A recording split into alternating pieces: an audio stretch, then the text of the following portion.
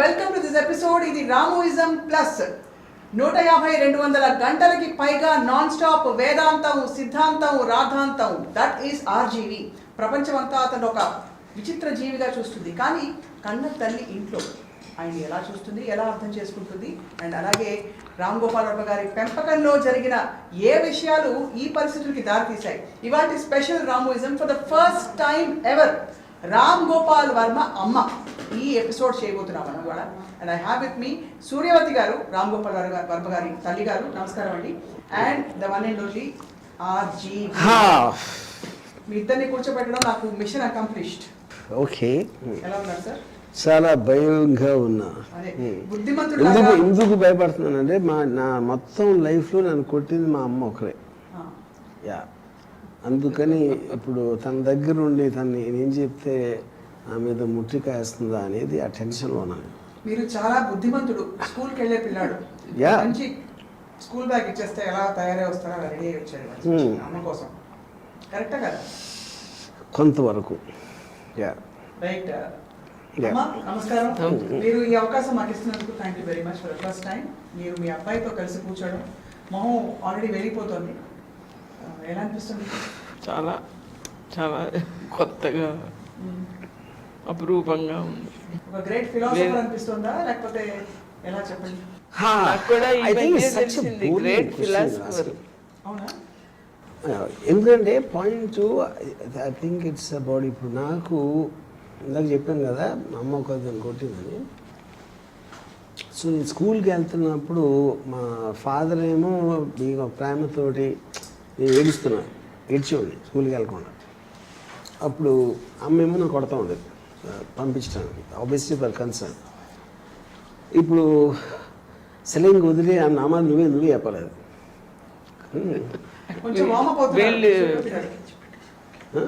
రాము, చెల్లెలు విజయ వీళ్ళు నెమ్మదిగా వాళ్ళ నాన్నగారి దగ్గరికి వెళ్ళి పొట్టలో నొప్పి లేదా స్కూల్కి వెళ్ళను అంటే నేను వంటింట్లో పని చేసుకుంటూ ఉంటాను. వచ్చి వీళ్ళు స్కూల్కి వెళ్ళరంట, పొన్లే వదిలి అని ఆ స్టూడియోకి వెళ్ళిపోయేది. నేను బాగా కొట్టి నడిపించి తీసుకెళ్ళి దింపొచ్చేది. దగ్గరే స్కూల్. జస్ట్ అడుగుతున్నాను, ఏమనుకోకండి. చేత్తోనే కొట్టేవారా? అప్పుడు చేత్తోటే. అంటే ఉంటాయి కదా నాన్నగారు, ఎక్స్ట్రా బెల్ట్లు ఉంటాయి కదా. అంటే మేబీ అప్పుడు చేతులు, అంటే చేతులు, బెల్ట్, తర్వాత మేబీ చెప్పు కూడా అది వెళ్ళని ఏడ్చేవాడు. నెక్స్ట్ ఏంటంటే నేను కూసులకి వెళ్ళను అని ఏడ్చేవాడు. స్కూల్ని కూసులు. తర్వాత స్కూల్ డ్రెస్ వచ్చింది, అంతే మారిపోయాడు. స్కూల్ డ్రెస్ వేసుకోగానే, అంటే ఫస్ట్ మనకు టైం ఇస్తారు కదమ్మా స్కూల్లో చేర్పించినప్పుడు, ఏదో ఒక 1 వీక్ ఏదో ఇస్తారు కదా డ్రెస్ వేసి పంపడానికి. అదే స్కూల్ డ్రెస్ రాగానే మారిపోయాడు. ఎంత విచిత్రం. ఇంకా స్కూల్కి వెళ్ళాలని అనేవాడేవి కాదు. అంటే నీకు ఇదేదో పద్ధతిగా ఉంది బాగుంది. అప్పుడు అయ్యే బాబోయ్ నేను వేగలేను బాబోయ్ అని అనిపించిందా? ఇప్పుడు వేగలేని బాబోయ్ అని చాలా మంది అనుకుంటున్నారు రాము గారిని చూసి.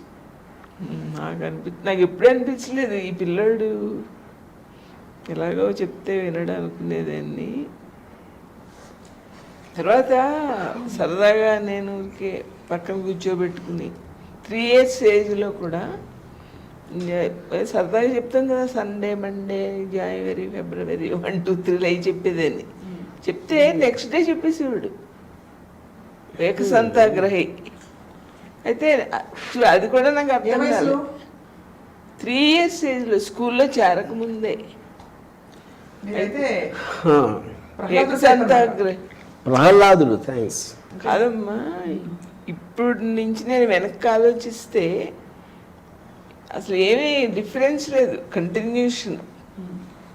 ఇప్పుడులాగే ఉండేవాడు అప్పుడు కూడా, దాంట్లో ఏం డౌట్ లేదు. అయితే నాకు 1 day చెప్పేశాడని కూడా అర్థం అవ్వలేదు. రాము వాళ్ళ నాన్నగారు, చూసావా నువ్వు నిన్న చెప్తే వాడు చెప్పేశాడంటే అప్పుడు అర్థమైంది నాకు. కానీ నిన్న చెప్తే ఇవాళ చెప్పడం నాకు అర్థం అవట్లేదు. ఒక్కసారికి అమ్మా, అంటే అప్పుడే చెప్పారు కదా.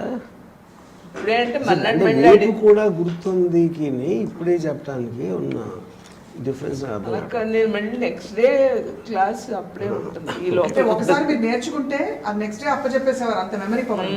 సో ఇప్పుడు నాకేంటంటే సీమ ఇప్పుడు మళ్ళీ అమ్మ నన్ను పొగిడి నేను ఆయన వద్దు. యా లెట్స్ టాక్ అబౌట్, నేను కూడా కొన్ని క్వశ్చన్స్ అడుగుతాను. అనగా తప్పకుండా, కానీ I have to ask you this, sir. Yeah అసలు మీకు ఈ ఫ్యామిలీ సెటప్లో మీవన్నీ అంటే మీ లైఫ్ కంప్లీట్లీ డిఫరెంట్గా మారిపోయాక ఇప్పుడు అమ్మని, మీ చెల్లెల్ని, మీ తమ్ముడిని అందరినీ చూస్తే ఏం ఫీలింగ్ వస్తుంది అసలు? అంటే ఇప్పుడు ఐ థింక్ ఇప్పుడు నా డిపెండెన్స్ ఫ్యాక్టర్ అనేది అమ్మ నాన్న మీద ఎక్కువ ఉంటుంది కనుక విజయ అంటే మా చెల్లెలు నాకన్నా చిన్నది, కోటి కూడా నాకన్నా చిన్నడు, యూనో. సో ఆస్పెక్ట్లో నాకు పెద్ద డిఫరెన్స్ లేదు అప్పటికి ఇప్పటికి ఏమి. అంటే ఆ టైంలో నాకు డిపెండెన్స్ అనేది ఫైనాన్షియల్ డిపెండెన్స్ కానీ లేకపోతే ఏజ్ వైజ్గా కానీ అమ్మ నాన్నది ఎక్కువ ఉంటుంది కదా, ది ఇన్ఫ్లుయెన్స్. ఆ టైంలో నాకు ఎక్కువగా మా నాన్నగారు అంటే అమ్మకని ఎక్కువ ఇష్టం. ఎందుకంటే అమ్మ డిసిప్లిన్ చేయడానికి కొట్టేది, ఆ చదువుకోవడం కానీ హోంవర్క్ లేకపోతే సినిమాలకు వెళ్ళొద్దు ఇలాంటి నెగిటివ్ థింగ్స్ అన్నీ అమ్మ దగ్గర నుంచి వచ్చాయి. మా ఫాదర్ ఏమో ఫుల్ లీనియన్స్, అబ్సల్యూట్గా ఎక్కడ రెస్ట్రిక్షన్ పెట్టుకోకుండా. సో ఆబ్వియస్లీ ఆ పర్టిక్యులర్ టైంలో 100% దాని మూలాన నాన్నగారు ఇష్టం అంటారు. ఇంకోటి ఏంటంటే ఈవెన్ అడల్ట్ అయినప్పుడు దాని తర్వాత కూడా ఇప్పుడు ఎవరికైనా అమ్మ అనేది వాడి లాంగ్ టర్మ్ వాడి లైఫ్లో బాగా పైకి రావాలి, మార్కులు తెచ్చుకోవాలి, మంచి ఉద్యోగం రావాలి అనే ఒక కన్సర్న్ ఎక్కువ ఉంటుంది కాబట్టి తను ఎక్కువ డిసిప్లిన్ పెట్టడానికి ట్రై చేస్తాను. That's what my mother did, you know.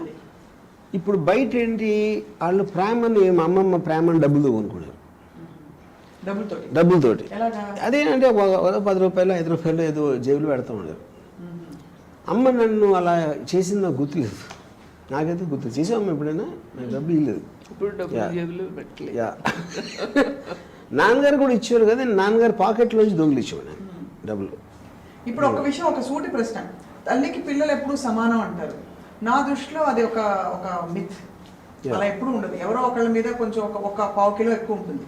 అలా మీ ముగ్గురు పిల్లల్లో రామ్ గోపాల్ వర్మ గారి మీద మీకు ఏమన్నా ప్రేమ ఎక్కువ ఉంటుందా? అది నా ముగ్గురు సమానం, నేను ఇది నిజంగా చెప్తున్నాను. నాకు ముగ్గురు సమానం అండి, ఒకళ్ళ మీద ఎక్కువ ఏం లేదు ముగ్గురులో కూడా. మరి అందరినీ కొట్టేవారు మీరు?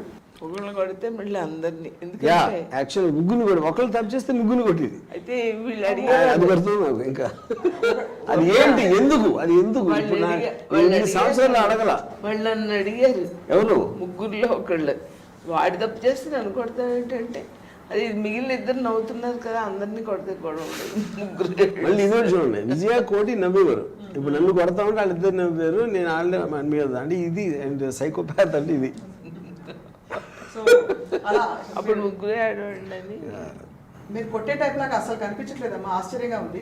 అయితే ఎంత అల్లరి చేస్తే మీరు కొట్టుంటారో ఇప్పుడు ఊహించుకోగలుగుతున్నాం. సరే, వర్మ గారు చిన్నప్పుడు చేసిన, కానీ ఇంకోటి ఏంటంటే అప్పుడప్పుడు మా నాన్న మీద కోపం కొడితే నన్ను కొట్టేది, అది మమ్మల్ని. యా ఏదో కోపం వచ్చుంటే ఎవరో ఒకరి మీద తీసుకోవాలి కదా.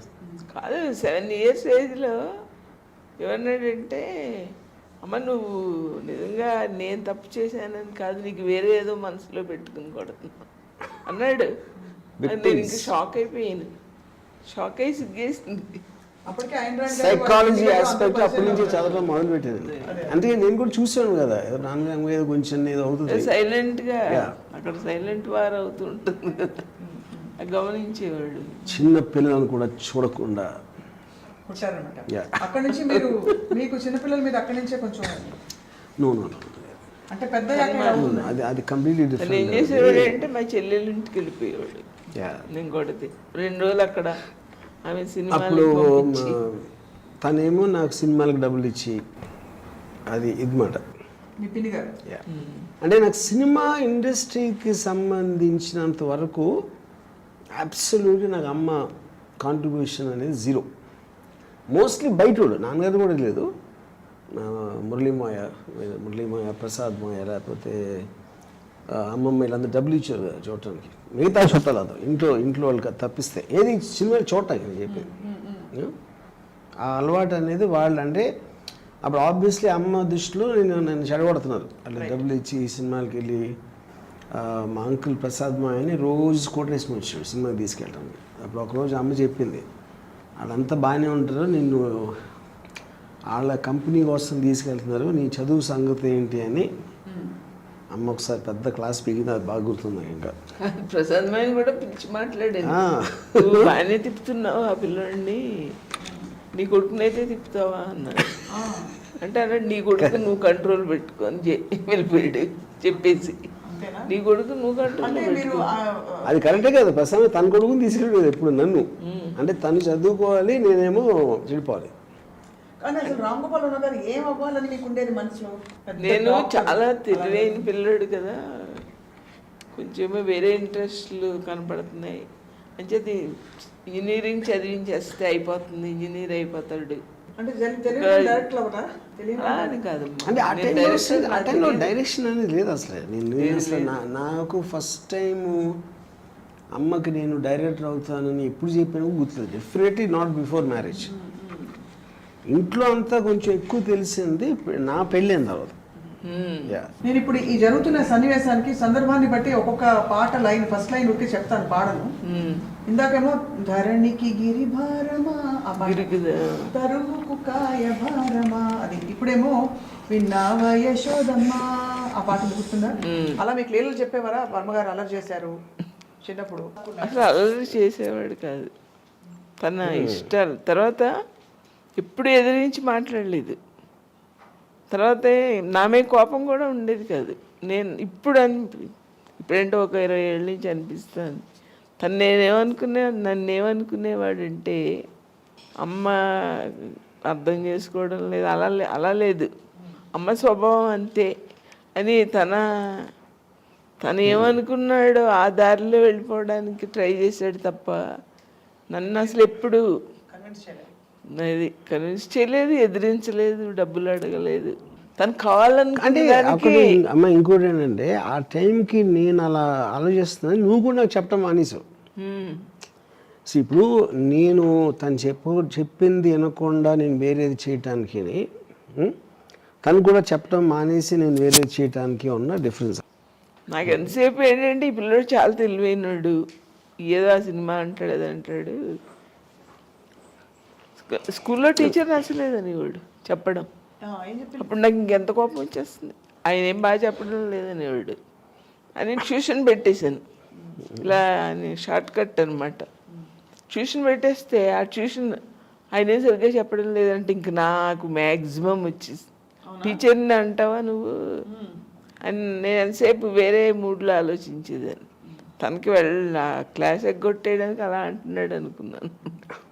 నాకు ఇప్పుడు ఆ టైం నుంచి కూడా ఇప్పుడు అవతల పర్సన్ నుంచి నాకు ఏదో ఒక కాంట్రిబ్యూషన్ రావట్లేదు అంటే నా టైం అంతా వేస్ట్ అయిపోయినట్టు నాకు చిరాకు వచ్చేసింది. అదే చెప్పాను నాకు. ఆ టీచర్కి ఏమీ తెలియదు, నాకేంటి చెప్పేదని. సో అది ఆబ్వియస్లీ ఆ టైంలో పిల్లవాడు వచ్చి టీచర్ కన్నా నాకు ఎక్కువ తెలుసని నేను అనకపోవచ్చు, but I'm not feeling any worth అని.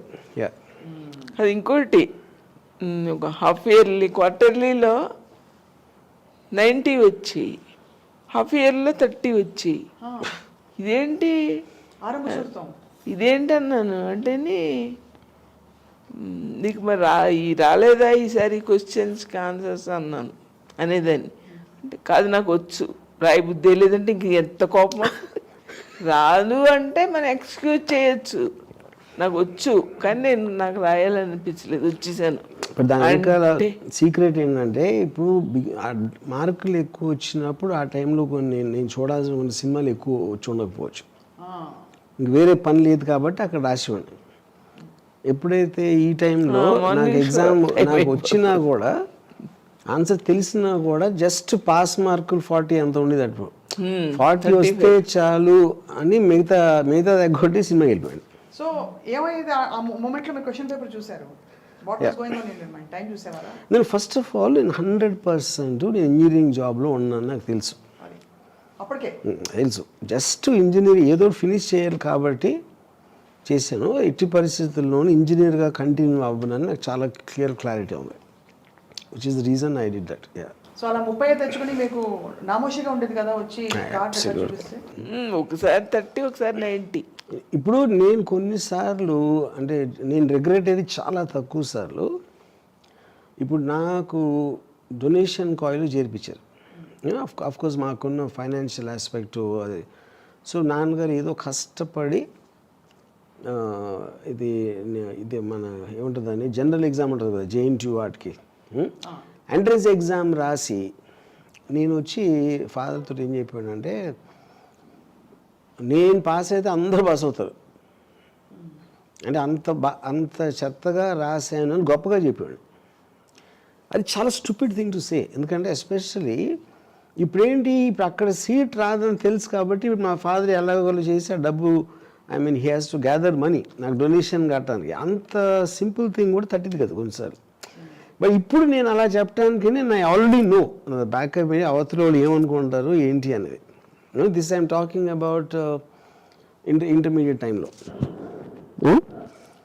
బట్ అలవాటు ఎప్పుడు ఉండేది గబుకి చెప్పేయటం అంతా. సో ఇన్ కాంట్రాస్ట్ పేరెంట్స్ ఇద్దరిలో మీకు ఎలా అనిపించేవారు డిఫరెంట్గా నాన్న అమ్మ? అంటే నేను బీటెక్ ఆ టైంకి వచ్చే టైంకి నాకు అసలు అమ్మ ఎప్పుడు నా అమ్మతో నేను మాట్లాడటం అమ్మ నన్ను అడగటం అనేది నాకు ఎక్కువ గుర్తులేదు. Because I was so much heavily into Vijayawada groupism లేకపోతే ఈ అలగా రౌడీలతో తిరగటం ఇలాంటివి చేసేవాడిని ఆ టైంలో నేను. దానివల్ల నాకు ఇంటరాక్షన్ అనేది నా చిన్నప్పుడు వెళ్ళినంత నేను అమ్మతో ఎక్కువ ఉండేది కాదు, అట్లీస్ట్ నా మెమరీలో. అప్పుడు ఒకసారి నాన్నగారికి లెటర్ వచ్చింది ఇంజనీరింగ్ కాలేజ్ మీ కూడా ఇక్కడ గ్యాంగ్ ఫైట్స్లో అట్లో ఉంటున్నాడని. మరి అప్పుడు నాన్నగారేమో నేను చెప్తే తప్పితే తెలుసుకోలేనంత ఫూల్ కాదు నువ్వు, కానీ మనమేమో చదువు మీద ఆధారపడి బతుకుతున్నాం, అది ఒకసారి గుర్తుంచుకో, తర్వాత నీ ఇష్టం అని చెప్పారు. మరి అమ్మ నాన్న దాని గురించి ఏం మాట్లాడే తెలియదు. నేను కృష్ణరాజు గారిని మీరు వెళ్ళి మాట్లాడరండి ప్రిన్సిపాల్తో లెటర్ వచ్చింది కదా అంటే నేను వెళ్ళి అక్కడ చేతులు కట్టుకుని నా కొడుకు గురించి చెప్పాలా, వాడికి మనం చెప్పకపోతే తెలియంది ఏం లేదు, నేను వెళ్ళను. తర్వాత కాలేజ్ ప్రిన్సిపాల్ మా ఫాదర్ ఫ్రెండ్స్ ఆయనకి స్టేషన్లో ఏదో కనపడ్డారంట మా నాన్నగారు. అయితే మీ మనవడు ఇలాగ రావడం లేదు క్లాసెస్కి, సరిగ్గా లెటర్ వచ్చింది. మళ్ళీ మా నాన్నగారికి ఆయన కనపడారు. మా నాన్నగారు వచ్చి చెప్పారు, అమ్మ ఇలా ప్రిన్సిపాల్ చెప్పారు సరిగ్గా క్లాసెస్కి వెళ్ళడం లేదంట అంటే, అవును మాకు లెటర్ వచ్చిందని అని చెప్పాను. చెప్తే నేను రాము గురించి అంత సీరియస్గా ఏం చేస్తాడో అని ఉండేది కాదు, పూర్తి చేసి వస్తాడులే అని. అది చాలా నాకు పూర్తి చేసి వస్తే జాబ్ వచ్చేస్తుంది కదా. అప్పుడు వాయా మీడియాగా మురళీమయ్యని పంపారు కాలేజ్కి. యా మురళీమయ్య వచ్చాడు. అప్పుడు ఆ రోజు రాత్రి ఇద్దరం కలిసి ఒక క్యాబరే బార్కి వెళ్ళాం, నేను మురళీమయ్య. యా నేను తీసుకెళ్ళాను. కానీ ఎప్పుడు ఏంటంటే డబ్బులు ఆడలేదు, గొడవ చేయలేదు, కోపం ఏమి ఉండేది కాదు. జనరల్గా పిల్లలు ఏదో ఒకటి గొడవ చేస్తారు కదా, ఇవ్వకపోతే ఎలాగా మీరు అని అసలు ఎప్పుడు అడగలేదు. ఎన్నో ఇస్తే తీసుకునేవాడు తప్ప నాకు డబ్బులు కావాలి అని ఎదిరించడం, గొడవ చేయడం. మీకు అయితే డబ్బులు ఎలా వచ్చేవి రామగోపాల్ గారు? మోస్ట్గా అది ఒకటేమో 100% రిలేటివ్, మా వరలక్ష్మ కంటే అమ్మ సిస్టరు, లేకపోతే మా గ్రాండ్ మదరు, లేకపోతే 3-4 సోర్సెస్. సో ఇది కాకుండా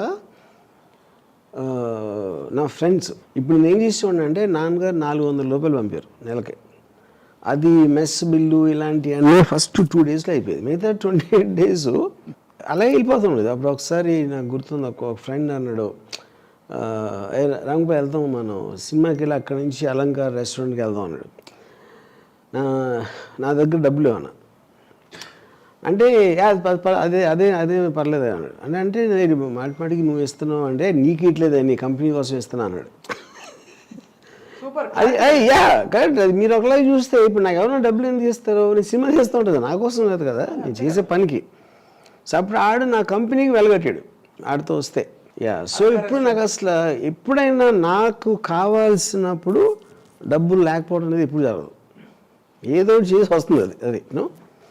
సో ఆ టైంలో మరి నేను ఎప్పుడు అందుకని 400 కన్నా ఎక్కువ కావాలని ఎప్పుడు అడగలేదు.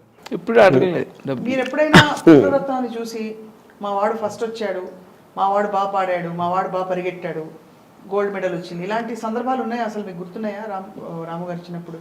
నేనంతా నాకు అక్కడ ఇంజనీరింగ్ కాలేజీలో చేర్పించేసాం అంతే. తర్వాత ఇంకా మళ్ళీ మన ప్రపంచం వేరే. అండ్ నిజంగా మీరు నమ్మారా మనసులో మంచి ఇంజనీర్ అయ్యి ఏం చేస్తానని? ఉద్యోగం వచ్చేస్తుంది కదమ్మా, డిగ్రీ అయిపోతుంది. ఇంజనీరింగ్ డిగ్రీ అయితే మరి రాము రాగానే మా నాన్నగారు ఇంజనీర్ అయిన నాగార్జున సాగర్లో 12 సంవత్సరాలు పనిచేసి హైదరాబాద్ వచ్చేసారు. ఆయన సివిల్ ఇంజనీర్. ఆయన ఏం చేశారు, రాముని తీసుకెళ్ళి తాజ్ కృష్ణ జీవికే రెడ్డి గారు, సుబ్రహ్మరెడ్డి గారు వాళ్ళ నాన్నగారు దగ్గర చేశారు కాంట్రాక్టర్స్. అప్పుడు మీ జీతం ఎంత సార్? ఆ స్నేహబాంధ 800 1,000 కదా, 1,000 సో ఇప్పుడు ఇక్కడ పాయింట్ ఏంటంటే అది చాలా ఒక గ్యాప్ పీరియడ్ నాకు. అది ఆ టైంలో ఇప్పుడు నేను ఒక ఏప్రిల్ నుంచి నా పెళ్ళి అయింది అప్పుడే, నేను కాలేజ్ నుంచి బయటకు వచ్చాక. ఆ పెళ్ళేమో 3rd డే నుంచి వర్కౌట్ అవ్వడం మానేసింది. ఇది 4-5 years అప్పుడే అందరం కలిసి ఉండేవాళ్ళం. మా ఇద్దరికి గొడవలు కూడా మా ఇంట్లోనే అయ్యాయి. అప్పుడు మరి నేను ఇలా చెప్పి ఇప్పుడు అమ్మకి నేను వచ్చి చెప్పినప్పుడు అమ్మ ఎగ్జాక్ట్లీ ఏమనుకో, నేను ఫస్ట్ టైం నేను చేసుకుని నువ్వేమనుకున్నామా నాకు తెలియదు అసలు. నేనంటే నేను మా పెద్దవాళ్ళు ఉంటారు, మా నాన్నగారు అటు మా బావగారు, వాళ్ళకి ఇష్టం లేని పని చేయకూడదని నేను అని వద్దులేమ్మా మనం అలా చేసుకోకూడదు. ఇంటర్ కాస్ట్ అని ఇష్టం లేదు. అంటే నేను ఏదో చెప్తాను కానీ తీసుకోను, అది చెప్పింది పాయింట్ అది. అయితే చెప్పాడు difference between telling and asking. అయితే రత్న వాళ్ళ అమ్మగారు వచ్చారు. వస్తే నేను కాదండి మా పెద్దవాళ్ళకి ఇష్టం లేని పని చేయను, నేను రత్న అంటే నాకు ఇష్టమే, నాకేం అభ్యంతరం లేదు. విజయ ఫ్రెండ్ కదా, విజయకి ఇంటికి బాగా వచ్చేది. ఈ అమ్మాయి మన ఇంట్లో ఉంటే బాగుండు అని ఎప్పుడైనా అనిపించిందా? నాకేం అనిపించలేదు. కానీ రత్నతో శ్రీరాము ఎక్కువసేపు మాట్లాడుతుంటే ఓ రోజు రత్నకు తెలియకుండా మన ఇంటికి వచ్చిన అమ్మాయిని మనం మనసు హర్ట్ చేయకూడదు కదా, ఏంటి అమ్మాయితో ఆ కబుర్లు అన్నాను. ఆ గంటలు కూర్చుని కబుర్లు చెప్తావు ఏంటంటే నాకేం నచ్చలేదంటే, అమ్మా నువ్వు అలా అనుకుంటున్నావా, నాకు తన ఇంటెలిజెన్స్ నచ్చి ఇద్దరు ఏదో ఒక టాపిక్ కామన్గా ఉంటాయి కదా, ఇద్దరు కలిస్తే ఇప్పుడు నాకు సంగీతం ఇష్టం నీకు ఇష్టం అనుకో, అప్పుడు మనకి ఎంతసేపు అయినా కబుర్లు చెప్పుకుంటాం కదా. నేనేమన్నాను దానికి, దాని ఇంటెలిజెన్స్ ఇష్టం నాకు, తన తెలివితేటలు ఇష్టం అమ్మ నాకు. ఇంతకన్నా కాదు అది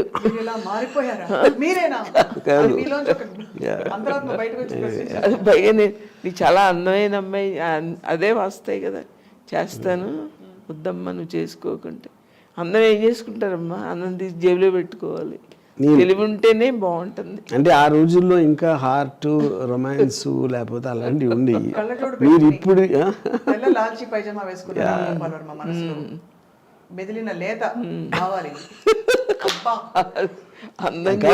జానోదయం అవ్వక ముందు ఉన్న భావాలు అన్ని జేబులో పెట్టుకుంటారా, అందం తీసుకుని జేబులో పెట్టుకోవాలి, అమ్మాయి ఎంత ఇంటెలిజెన్స్ అన్నాడు. మంచి ఫీచర్స్, మొహం కళగా ఉంటుంది. సో అప్పుడు వీళ్ళందరూ చెప్పిన తర్వాత వద్దు అని చేసుకున్న తర్వాత 3వ రోజు ద మ్యారేజ్ ఫెయిల్డ్. 3వ రోజు అంటే ఇదేంటంటే మనం ఇమేజెస్, అంటే ఇప్పుడు ఒక ఫ్రీడమ్ స్ట్రాంగ్ ఇండిపెండెంట్ వీళ్ళు ఉన్నాడు ఎవ్వడో కూడా పెళ్ళి ఉండలేడు, అది తెలుసుకోలేకపోవటం అనేది నా తప్పు. అది నేను నా రత్నాకర్ నేను ఇంట్లో అని అనుకుంటాను, అది నేను అర్థం చేసుకోవాల్సింది అది. అందుకని ఐ రిగ్రెట్ దట్. ఇప్పుడు రత్న గారి కంటే ముందు అమ్మ పక్కింటి పరిమళ చాలా బాగుందని కానీ, ఎదురింటి వెంకటలక్ష్మి చాలా బాగుందని కానీ నేను మా అమ్మతో చెప్పటం నాకు అర్లియస్ట్ ఏం గుర్తుందంటే అంటే నాకు ఏజ్ నాకు గుర్తు రావట్లేదు. మా అమ్మ మా సృష్టిలో అన్నిటికన్నా అందమైంది ఆడది అని ఎవరితో చెప్తాను, అది గుర్తుంది నాకు. అప్పుడు నాకు అర్థం అవ్వలేదు అసలు చెప్పింది, ఎందుకంటే ఆబ్వియస్లీ నాకు సెక్షువల్ అవేకనింగ్ వచ్చి ఉండకపోవచ్చు, అందుకని చాలా యంగ్ అనుకోండి. ఫస్ట్ టైం అది ఒకటి గుర్తుంది నాకు. ఫస్ట్ టైం అంటే అమ్మాయి అందం గురించి నేను ఫస్ట్ టైం విన్నది అమ్మ దగ్గర నుంచే, ఏదో కాంటెస్ట్ అది. తర్వాత ఇప్పుడు ఇక్కడ కాలనీలో ఎవరో మా సిస్టర్ ఫ్రెండ్స్ ఎవరు వచ్చి లేకపోతే ఎవరో రోడ్ల మీద నడుస్తూ వెళ్తూ ఉంటే అవన్నీ నేను కిటికీలో చూసేవాడిని. చూసి ఏమనుకునేవారు? ఏమనుకుంటే ఎవడన్నా అబ్బాయి అమ్మాయిని చూస్తే అదే. కానీ మీరు ఒక్క మాట మాత్రం ఎవరు చెప్పారో గుర్తు రావట్లేదు, కానీ కాలనీలో అందరికంటే మీ అమ్మగారే అందంగా ఉన్నారు అందరు అమ్మల కంటే అని మీరు ఫీల్ అయ్యారు? తనే నాతో అన్నాడు, అమ్మ మన కాలనీలో అందరికంటే నువ్వే అందంగా ఉంటావు. నాకు స్వప్న చందమామలో ఒక కథ చదివాను, అది జ్ఞాపకం వచ్చింది. ఒక తల్లిని ఒక 5 ఏళ్ల పిల్లడు అదే జాతర దీనికి వెళ్తారు, తల్లి తప్పిపోతుంది. తల్లి తప్పిపోతే ఏడుస్తూ ఉంటాడు ఆ పిల్లడు. చూసిన వాళ్ళు ఏంటమ్మా అంటే మా అమ్మ తప్పిపోయింది అంటే మేము వెతికి పెడతాం, నువ్వేమి నీకు అర్థమైపోతుంది అంటే అలాగే అని ఎంతమందిని చూపిస్తే మా అమ్మ ఇంకా అందంగా ఉంటుంది, మా అమ్మ ఇంకా అందంగా ఉంటుంది, అది ఆమె ఈమె ఏమైనా చాలామందిని చూపిస్తారు. మా అమ్మ చాలా అందంగా ఉంటుంది, ఈమె కాదంటాడు. ఫైనల్గా వాళ్ళ అమ్మ వస్తుంది, అసలు ఇంకా అసలు అందంగా ఉండదు అమ్మాయి, ఇలా స్ఫోటకం మచ్చలంతా. వీడు షాక్ అయిపోతాడు అనమాట వెతికినాడు. అంటే వాడి కళ్ళకి వాళ్ళ అమ్మ అంత, పిల్లాడి కళ్ళకి వాళ్ళ అమ్మ అంత అందంగా ఉంది. కానీ ఆ కథ ఇక్కడ కాదు. నేను నిజంగా అంటే అందం, అమ్మాయిల అందం గురించి నాకన్నా ఎవరికి ఎక్కువ తెలియదు అన్న విషయం ఇప్పుడైనా నీకు తెలిసింది. అందుకని అది నేను చెప్పింది అంటే మీది అమ్మ కాబట్టి ఒక మాతృ ప్రేమ అంటే ఆ దీనిలో అలా కనిపించారని అనుకుంటారు కానీ యాక్చువల్లీ నాట్. సో అయితే మరి 3వ రోజు డిస్టర్బెన్సెస్ మొదలు, మీరు అప్పుడు కంగారు పడ్డారా? చాలా బాధ వేస్తుంది. కంగారు పడ్డారా? అంటే మనకేం అలవాట్లేదు కదా, ఇష్టపడి పెళ్లి చేసుకుంటారు. ఇప్పుడు ఇష్టపడి పెళ్లి చేసుకుంటారు. కొట్టుకునేవాళ్ళం. I can't believe that. అంటే నా one of the darkest chapters. అంటే ఇప్పుడు ప్రాబ్లం ఏంటంటే see Ratna is got every right. తను డిసప్పాయింట్ అయిపోయింది. నువ్వు లేనిది నేను లేను అని ఇలాంటి బిల్డప్లు అన్నీ ఇచ్చి పెద్ద పెద్ద లెటర్లు రాసి అది రాసి ఇది చేసినప్పుడు ఎనీబడి విల్ గెట్ హర్ట్. అంత రాసినప్పుడు అది ఉండింది, తర్వాత పోయిందా? పోయిందంటే అది చెప్తున్నాను. ఇప్పుడు ఎందుకంటే మీరు దూరం నుంచి ఎక్కువ కలవకుండా, లేకపోతే ఇప్పుడు కపుల్స్ పెళ్ళిళ్ళు ప్రేమలో ఏం చేస్తారు, బెస్ట్ థింగ్స్ కలిసినప్పుడు వాళ్ళ డ్రెస్సింగ్, మాట్లాడే విధానం, కంట్రోల్. ఎప్పుడైతే ఒకే రూఫ్ కింద నివసించడం మొదలుపెట్టామో అవన్నీ పోతాయి. పోయినప్పుడు అసలు రంగులు బయటకు వస్తాయి. అసలు రంగులు నాయి, నేను చెప్పేది నా ఇవ్వచ్చు, తను ఇవ్వచ్చు, ఎవరిది అనవచ్చు. No, I think it is not the same anymore. Ya, అప్పుడు చాలామంది రిజైన్ అయిపోతారు లైఫ్ లాంగ్. సరే ఈ జీవితానికి ఇంత చాలు అని. నాకు అది లేదు కాబట్టి ప్రతి సెకండ్ నేను అనుకున్నట్టు జరగాలి. ఇప్పుడు రత్నాకి ఇన్సెక్యూర్, ఎందుకంటే నేను బ్యాడ్ స్టూడెంట్, నా మార్కులు చాలా తక్కువ వచ్చినాయి, నా శాలరీ చాలా తక్కువ. వీడు సడన్గా వీడియో లైబ్రరీ అంటాడు, సినిమా అంటాడు, ఇది అంటాడు అనే దాంట్లో ఇన్సెక్యూరిటీ అనేది 100% రావడం కరెక్ట్, అది వ్యాలిడ్ అది. సో మనం ఇంగ్లీష్లో ఒకటి ఉంది, ఇప్పుడు నువ్వేం చేయగలుగుతావు అన్నది నువ్వు అనుకుంటావు, నువ్వేం చేయగలుగుతావని అవి చేసిన తర్వాత అనుకుంటారు వేరే వాళ్ళు. So that is the difference. So నేను ఫెయిల్ కూడా అయి ఉండొచ్చు కదా, నేను ఫ్లాప్లు కూడా తీసాను కదా. నా ఫస్ట్ సినిమా ఫ్లాప్ అయితే రత్న అనుకునేది కరెక్ట్ అవ్వాలి. అప్పుడు రత్న గారు అనుకునేది తప్పైనట్టు అయితే, అంటే మీలో ఒక గొప్ప డైరెక్టర్ని చూడలేకపోయారంటారా? అదే కానీ అది లక్ అంటున్నా. అది నేను సాధించింది కాదు. ఎందుకంటే నేను the reason I made a flop, నా ఫస్ట్ సినిమా ఫ్లాప్ అయింది అనుకోండి, అప్పుడు రత్న అనుకుంది కరెక్ట్. అప్పుడు ఏంటి, అది ఆపర్చునిటీ లక్తో వచ్చింది. అది ఒక కార్డ్, అది కాయిన్ అక్కడ పడింది అంతే. మీరు ఎప్పుడైనా మీ అమ్మగారిని ఫలాంటి అడుగుదాం అనుకున్నాను కానీ అడగలేకపోయానన్న సందర్భాలు, ప్రశ్నలు ఉన్నాయా? Why did you do that, క్యూ ఆఖిర్ క్యూ ఆ టైప్లో? నో, ఎప్పుడు లేదా?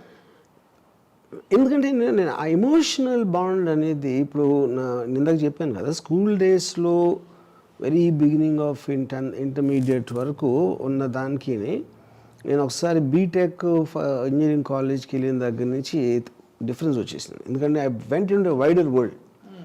ఆ వరల్డ్లో ఉన్నప్పుడు అమ్మతోటి నేను అంతకుముందు ఉన్న ఇంటరాక్షన్ నాకు లేదు. నాన్నగారితో ఉండేది. నాన్నగారితో ఎందుకు ఉండేదంటే, ఒకటి ఆయన ఫిల్మ్ ఇండస్ట్రీలో ఉండేవారు, వాళ్ళ ఇంట్రెస్టింగ్ పర్సన్స్, ఆయన ఫ్రెండ్స్ వీళ్ళు వచ్చి ఆ మాటలు వినడానికి, దాంతో అది ఉండేది. ఇంకోటి ఇందాక అమ్మ చెప్పినట్టు నేను డిపెండెన్సీ ఫ్యాక్టర్ అనేది పోయింది, అడగటం కానీ డబ్బులు అడగటం ఇలాంటివన్నీ. అప్పుడు ఇంకా ఆటోమేటిక్గా ఎంతో కొంత అది వచ్చేస్తుంది. సో ఇప్పుడు నేను రత్న విషయంలో కూడా జస్ట్ చెప్పేసాను అంతే, అదేమి అడగటం దాని ఏంటి అనేది. తర్వాత అంటే మా ఇద్దరికి ట్రబుల్, ఎక్కడేదో ట్రబుల్, ఇవన్నీ కలిసి ఐ థింక్ స్లోగా పక్కకి వెళ్ళిపోతూ ఉంటాయి, డైవర్ట్ అయిపోతూ ఉంటాయి. యా, ఇంకోటి నాన్నమ్మ ఇద్దరు కూడా నా ఇండిపెండెంట్ నేచర్ చూసి నాన్నగారు ఫస్ట్ నుంచి వదిలేశారు, అమ్మ కూడా ఆ బీటెక్ లేటర్ నుంచి నన్ను వదిలేసింది అనుకుంటున్నా. అంతేనమ్మా?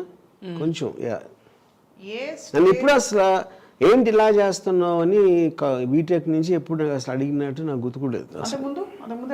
రాముని అడగలేదు, అది ఒక పాయింట్. నేను నాలో నేను ఒంటరిగా కూడా ఇంటి పిల్లోడు ఇలా చేస్తున్నాడు అని ఎప్పుడు అనుకోలేదు.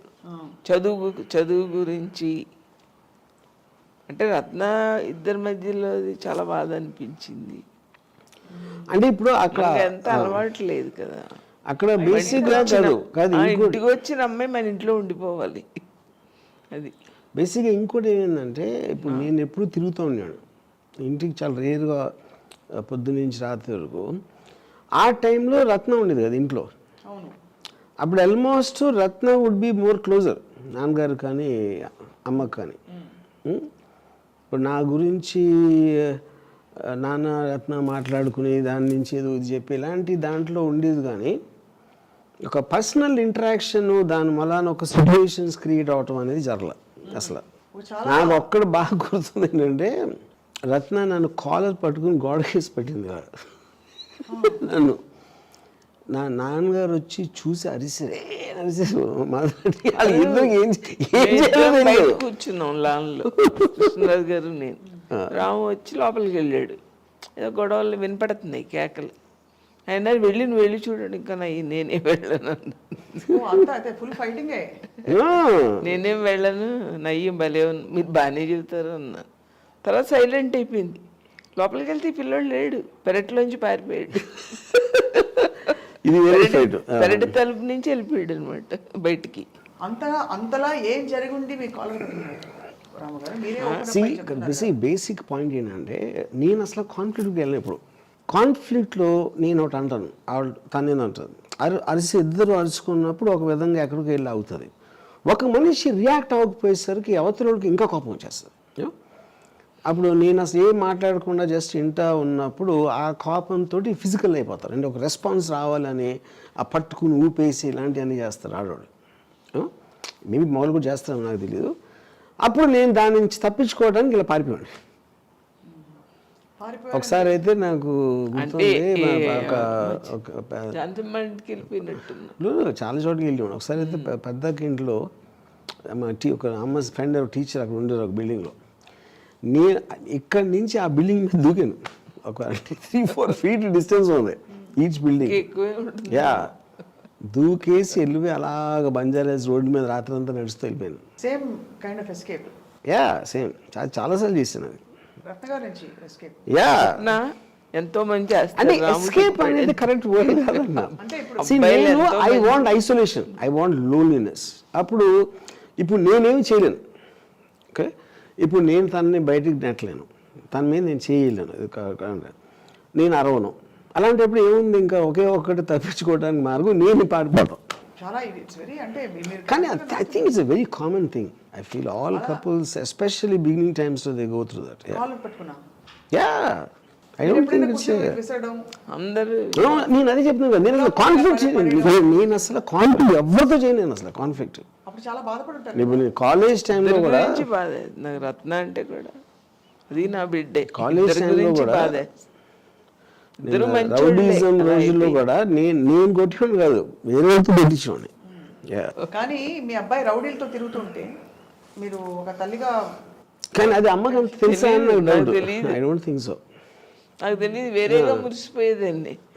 అవి రాము ప్రొఫెసర్స్ ఇంజనీరింగ్ కాలేజ్ కరాటే, తన దగ్గర కరాటే నేర్చుకుంటుంటే అబ్బాయి నా కొడుకు దగ్గర వాళ్ళు నేర్చుకుంటున్నారు.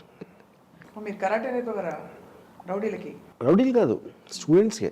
సో అది చూసి మీరు మురిసిపోయేవారు. ఆ ఫోటో తెచ్చి చూపిస్తే అబ్బా. తర్వాత ఎవరో కూడా చెప్తారు కదా, అదేంటమ్మా వాళ్ళ లెక్చరర్సే వాడి దగ్గర కరాటే క్లాస్ ఇద్దరు వచ్చారు లెక్చరర్స్ కూడా. రాము గారిని చూసి బాగా ఎంబారస్ అయిపోయిన సందర్భాలు అప్పుడు వచ్చాయన్నా? మరి ఎప్పుడూ లేదు. ఎప్పుడు లేదా? అంటే చాలా స్మూత్గా ఉండి ఏమి కోపాలు ఉండవు, స్మూత్గా ఉంటాడు, డబ్బులు కావాలని అడగడు. మీకు ఎప్పుడైనా ఏమైనా కొనిపెట్టారా? నేనా? చాలాసార్లు. నేనా? మురిసిపోతున్నారు చూడండి. గుర్తులేదు. మీరేమో అలా ఫస్ట్ టైం పిలిపిస్తారు అందరి ముందు. అది ఫస్ట్ టైం నాకు జ్ఞాపకం. ఆ కృష్ణాబ్రాయిల్లో జీతం ఇస్తే అప్పుడు ఎంత చక్కగా మా అమ్మకి డబ్బులు ఇచ్చి చీర తెమ్మని తెచ్చి నాకు ఇచ్చాడు. అమ్మమ్మ మీరు తెండి, అమ్మకి ఇస్తాను.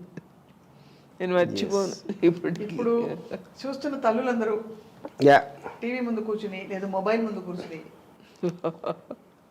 చాలా అద్భుతం. అంటే నార్మల్ థాట్స్ అప్పుడు ఉండేవి, అక్కడి నుంచి మీరు మారిపోయారు. అబ్నార్మల్గా అవ్వకముందు. మీరు ఎప్పుడైనా ఏదైనా అడుగుదాం కానీ అడగలేకపోతున్నానని ఉన్న ప్రశ్నలు ఏమైనా ఉన్నాయా? నాకు ఒకే ఒక్కటి, రాము ఇంత మేధావి కదా, తనకి పెళ్ళి సూట్ అవ్వదని ఎందుకు తెలియలేదో అనుకుంటున్నా. అది నాకు తెలియదు. అదే ఇప్పుడు ఇప్పటికి కూడా ఇంత మేధావి, ఫ్యూచర్ అని తెలుసు, తనకి ఫ్యూచర్ అర్థమైపోతూ ఉంటుంది. పెళ్ళి తనకి సూట్ అవ్వదని ఎందుకు తెలియలేదా అని ఇప్పటికి కూడా ఈ నిమిషం కూడా నాకు అది నాకు అది ఏ అమ్మాయి అయినా పెళ్ళి అసలు తనకి సూట్ అవ్వదు. ఎప్పుడు నేను నోటీస్ చేసింది ఏంటంటే, రత్న గారు మీ ఇంటి వాళ్ళతో చాలా, మీరందరితో ఇంట్లో అమ్మాయిలాగే ఉంటారు, ఇంకా కూడా చాలా ఫ్రెండ్లీగా, చాలా క్లోజ్గా, మీరు ఆ గౌరవం ఇస్తారు. ఇది రాముగారు మూలానా లేకపోతే మీరు స్వతహాగా మీ మూలాన రాముగారు అలా ఉన్నారా? నేను తనకి చెప్పాను, రాముకి నీకు మధ్యలో నేనేమి చేయలేనమ్మా, నాకేం సంబంధం లేదు, నువ్వు మాత్రం ఎప్పుడు నువ్వు నేను ఫ్రెండ్స్గా ఉందాం, నువ్వెప్పుడు రా ఇంటికి, నువ్వు ఎప్పుడు రాలంటే అప్పుడు రా అని. రాము కూడా ఏంటంటే తనకి ఇష్టమే, ఏమీ తెలియనట్టు ఉంటాడు అంతే. అంటే ఇప్పుడు నేను అది అమ్మ చెప్పింది కరెక్ట్. ఇప్పుడు ఒకళ్ళు కొన్న ప్రాబ్లమ్ని ఆ ప్రాబ్లం మళ్ళీ మన నెత్తి మీద తెచ్చుకోకూడదు. అది వాళ్ళిద్దరి personal thing. That is what I respect. మా సిస్టర్ విజయ కూడా చాలా క్లోజ్ అవుతున్నాయి ఇప్పుడు కూడా, maybe the best friends. So నాది దాంట్లోకి తీసుకెళ్ళరు ఆ బ్యాగేజ్ని. స్వప్న ఏ విషయంలో అయినా తనని మనం మంచినీళ్ళు కూడా తాగించలేం, అలాగే మన విషయాల్లో ఎంత పెద్ద విషయం అయినా కల్పించుకోడు. ఫ్రీ అంటే నాకు ఇష్టమైనట్టు నేను ఉంటాను అనుకుంటాడు. అమ్మ, చెల్లెలు, తమ్ముడు, ఎనీబడి. తన విషయంలో నువ్వు మంచినీళ్ళు అడిగినా కూడా తప్పే. ఒకసారి అడిగి రెండోసారి అడిగితే అప్పుడు కూడా అంతేనా? అప్పుడే అంటున్నాను, ఒకసారి ప్రశ్నే లేదు. నేను ఒకసారి ఇప్పుడు ఈ అన్నం తింటా ఉంటే ఏదో వదిలేసాను కొంచెం ఫుల్గా తినకుండా. అప్పుడు అమ్మ ఏమో ఇలాగా ఎంతమంది తిండి లేకుండా ఉంటారో తెలుసా నీకు అది అంటే, మనం ఎంత నష్టం తీసుకొస్తున్నాం ఇలా అన్నం వేస్ట్ చేయటం వల్ల అంటే. నేను అన్నాను అమ్మ అసలు యాక్చువల్గా అన్నం ఎంత వేస్ట్ చేస్తే అంత దేశానికి ఉపయోగం అని చెప్పాను. ఎందుకంటే ఇప్పుడు లెక్క ప్రకారం నేను 200 గ్రాములు, సపోజ్ ఇక్కడ 400 గ్రాములు ఉంది ఫుడ్, నేను 200 గ్రాములు వేస్ట్ చేశాను. నువ్వు 200 గ్రాములే వండి పెట్టావంటే అప్పుడేంటి, ఆల్రెడీ ఇంకా నిల్వ ఉంది, నువ్వు మళ్ళీ పెడతావు. అది ఇవి 400 అయిపోయింది కాబట్టి నువ్వు మళ్ళీ కొట్టుకెళ్ళి కొనుక్కోవాలి. ఆ కొనుక్కున్న దానికి డిమాండ్ పెరుగుతుంది రైతులకి, అప్పుడు వాళ్ళకి ఎక్కువ డబ్బులు వస్తాయి. దానివల్ల దేశం అంతా సుభిక్షంగా ఉంటుంది, ఎంత అన్నం వేస్ట్ అయితే అంత సుభిక్షంగా ఉంటుంది అని చెప్పాను. తప్పని నెత్తి కొట్టింది. ఎందుకంటే మీ లాజిక్కి ఆన్సర్ చెప్పలేనప్పుడు వైలెన్స్లోకి దిగుతారు ఎవరైనా.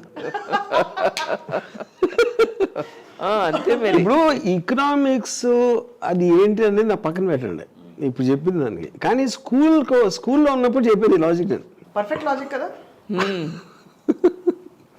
సో బట్ ఎప్పుడు ఏనాడు యూ డోంట్ రిమెంబర్ ఎనీథింగ్ అమ్మ చేసిన వంట కానీ ఇవన్నీ చాలా మనకి సెంటిమెంట్తో ముడిపడి ఉన్న విషయాలు, ఎస్పెషల్లీ ఇండియాలో అమ్మ చేసిన.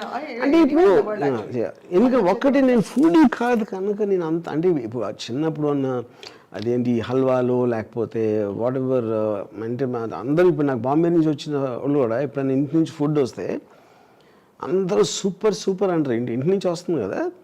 కానీ నేను పర్సనల్గా ఫుడ్ అనేది అసలు ఎప్పుడు కేర్ చేయలేదు చిన్నప్పటి నుంచి. అసలు చిన్నప్పుడు 5-6 సంవత్సరాలు అన్నం తినలేదు, పాలు తాగేసి. నేను కూడా ఏం చేయాలో తెలియక ఒక గ్లాస్ పాలు ఇచ్చేసేదాన్ని, రోజుకి 5-6 సార్లు పాలు ఇచ్చేసేదాన్ని. పెద్దవాళ్ళు మా అమ్మ నాన్నగా తిట్టేవారు, ఆ పిల్లోడికి అన్నం పెట్టకుండా పాలు ఇచ్చేయడం ఏంటి.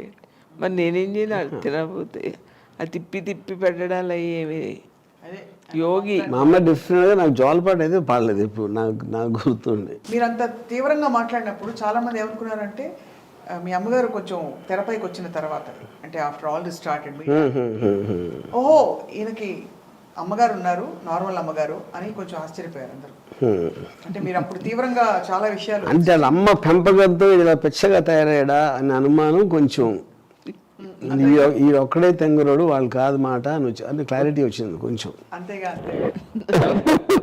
సో వెన్ యూ అనౌన్స్డ్ ఇంకా విడిపోతున్నాం అని చెప్పి అప్పుడు కన్విన్స్ చేయాల్సి వచ్చిందా? ఐ థింక్ ఆల్రెడీ తెలుసు, చూశారు కదా ప్రాసెస్. చూసినప్పుడు ఐ థింక్ ఆటోమేటిక్గా they realise this is not going to work అనేది. అండ్ అదే ఐ థింక్ దాని తర్వాత కూర్చుని నేను వాళ్ళకేదో చెప్పి అవన్నీ ఏమి జరగల.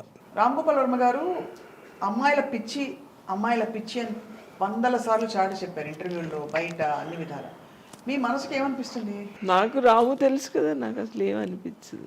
అంటే తెలుసు అంటే నేను చెప్పనా ఇంకో ప్రపంచం, నాకు తెలిసిన ప్రపంచం ఎంతో క్రూయల్గా ఉంటారు మగవాళ్ళు. పైకేమో పెద్ద మనిషిలాగా, దానికంటే ఏదో చెప్తాడు అంతే. తనేమో ఎవరికి హాని చేయడు, ఎవరిని ఇబ్బంది పెట్టాడు, అది నాకు తెలుసు, నా మనసుకు తెలుసు. ఇప్పుడు రంగీలా సినిమా ఉన్నప్పుడు నాకు అమ్మాయి ఎంతో అందంగా కనపడింది, అమ్మాయిని చాలా అందంగా చూపించాడని. నెక్స్ట్ ఇంకోటమ్మా, ఇప్పుడు మన ఇళ్లల్లో కూడా అమ్మాయిని అందమైన కోడలు తెచ్చుకోవాలి అంటారు కదా. అంటే అందమైన అమ్మాయి ఇంట్లో తిరుగుతుంటే ఇల్లు కలకలలాడుతుందని, అంతే కదా. ఎవరు అందమైన కూతురు కనాలని అవన్నీ నేను వినలేదు. ఉండాలని అనుకోవచ్చు, అది వేరే సంగతి. అంటే నిజమే కదా, ఒక అమ్మాయి వచ్చి లక్షణంగా అందమైన అమ్మాయి తిరుగుతుంటే మరి ఇల్లు కలకలలాడుతూ ఉంటుంది కదా. కానీ నేను ఒకటి చెప్తాను, నేను ఫస్ట్ టైం నేను నా కెరీర్లో రంగీలా సినిమాలో హీరోయిన్ని ఎక్స్పోజ్ చేశాను, ఆ బికినీలు ఇలాంటివన్నీ చేసాను. ఆ టైంలో నేను తీసినప్పుడు మాకు ఎల్డీ ప్లేయర్ ఉండేది. నేను అమ్మాయిని అబ్జర్వ్ చేస్తే అది one of the main reasons why did that. నేను ఉర్మిళని ఒప్పించగలటానికి కూడా రీజన్ అదే, ఆ టైంలో క్లోజ్ చేసుకోవడానికి. ఇప్పుడు సర్కైలో ఖట్యా లాంటి డేవిడ్ ధావన్ సినిమాలో మన పేరేంటి కరిష్మా కపూర్ ఒక హార్డ్ సరే కైలో ఖట్టియా జాడ ఆ kind of hard expressions mini స్కర్ట్లు వేసుకున్నప్పుడు అమ్మ ఎక్స్ప్రెషన్లో ఇలా కొంచెం మొహం చెట్లు చూసేది. నేను సింగింగ్ ఇన్ ద రెయిన్ లాంటి ఎల్డీ పెడితే దాంట్లో టెక్నికల్గా ఎక్స్పోజర్ చాలా ఎక్కువ ఉంది, అది మాత్రం ఫుల్ స్మైల్తో చూసేది. అప్పుడు నాకేమనిపించిందంటే వాళ్ళు ప్రైడ్ తీసుకున్నప్పుడు, కరిష్మా కపూర్ ప్రైడ్ తీసుకోవట్లా, ఏదో కమర్షియల్ సినిమా చెయ్యాలి కాబట్టి చేస్తున్నాం, ఆ వల్గారిటీ లిరిక్స్ చేయటానికి అది మొహంలో రిఫ్లెక్ట్ అయ్యేది. అప్పుడు నేను అమ్మ ఎక్స్ప్రెషన్ బట్టి నేను ఊర్మిళకి చెప్పాను, నువ్వు ప్రైడ్ తీసుకుంటే నీకున్న బాడీకి అది అలా రిఫ్లెక్ట్ అవుతుంది, నీకు నచ్చినప్పుడు నువ్వు చేసినప్పుడు ఇలా రిఫ్లెక్ట్ అవుతుంది వల్గర్గా. అది కాన్ఫిడెంట్గా ఉంటే అమ్మాయి మినీ డ్రెస్ వేసుకుని కాన్ఫిడెంట్ అసలు ఎంత కవర్ చేసేస్తుందో మనకి ఏమనిపించదు, ఇబ్బంది అనిపించదు, ఏమనిపించదు అసలు ఆ కాన్ఫిడెంట్ లేకపోతేనే. కానీ ఇది తెర మీద అమ్మాయిల గురించి మీరు చెప్తున్నారు. అమ్మాయిల పిచ్చి అంటే నేను అసలు అమ్మాయిల్ని అంటే కేవలం అంటే వాళ్ళని నాకు అమ్మాయి ఫ్రెండ్స్ ఉండరు, నాకు అమ్మాయిలు అంటే I mean there only one thing man and women should meet, ఇలాంటి స్టేట్మెంట్ చేస్తుంటారు. అప్పుడు మీకు ఇబ్బంది అనిపించదా? రామ్ గోపాల్ వర్మ గారు అంతే అంటారా? ఆయన ఎప్పుడైనా మీరు శోధించారా ఈ విషయం? నాకు అసలు ఎప్పుడు అది ఆ విషయం నాకేమీ అసలు ఇంపార్టెంటే అనిపించలేదు. ఇప్పుడు సడన్గా తట్టింది ఏంటంటే, ఇప్పుడు ఫస్ట్ టైం నేను అమ్మాయి అందం గురించి అమ్మ దగ్గరేనా, ఇందాక చెప్పాను కదా ప్రపంచంలో అత్యంత అద్భుతమైన అందం అని ఉట్టి స్త్రీలో ఉంటుందని మా అమ్మ చెప్పింది ఎవరికో, అది నిన్న. ఇప్పుడు కూడా నేను అమ్మని చూసినప్పుడు ఒక రంగీలాలో ఊర్మిళ కానీ లేకపోతే ఏదో వేరే హీరోయిన్ అమ్మ ఎప్పుడు మెచ్చుకుంటుంది. అది తను ఏంటి మనం బికినీ వేసుకుందా లేకపోతే చీర కట్టుకుందా అని అందరినీ అందంగా చూస్తుంది అంతే. సో ఐ థింక్ అమ్మాయిల అందం గురించి వచ్చిన నాకు అది మా అమ్మ నుంచి వచ్చిందని ఇప్పుడే కనుక్కున్నా. సో ఈసారి నుంచి నన్ను బ్లేమ్ చేయొద్దు. రాము ఫస్ట్ గర్ల్ ఫ్రెండ్ నేనే.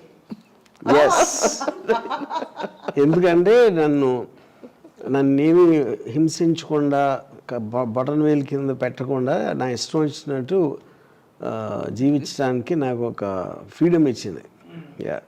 సో అలా చూసుకుంటే కదమ్మా, ఇప్పుడు ఒక అమ్మాయి గురించి మాట్లాడుతున్నాం, అవతల పర్సన్ మెచ్యూర్డ్ పర్సన్ అనుకో మనకేమీ అనిపించదు, ఫ్రీగా మాట్లాడతాం కదా.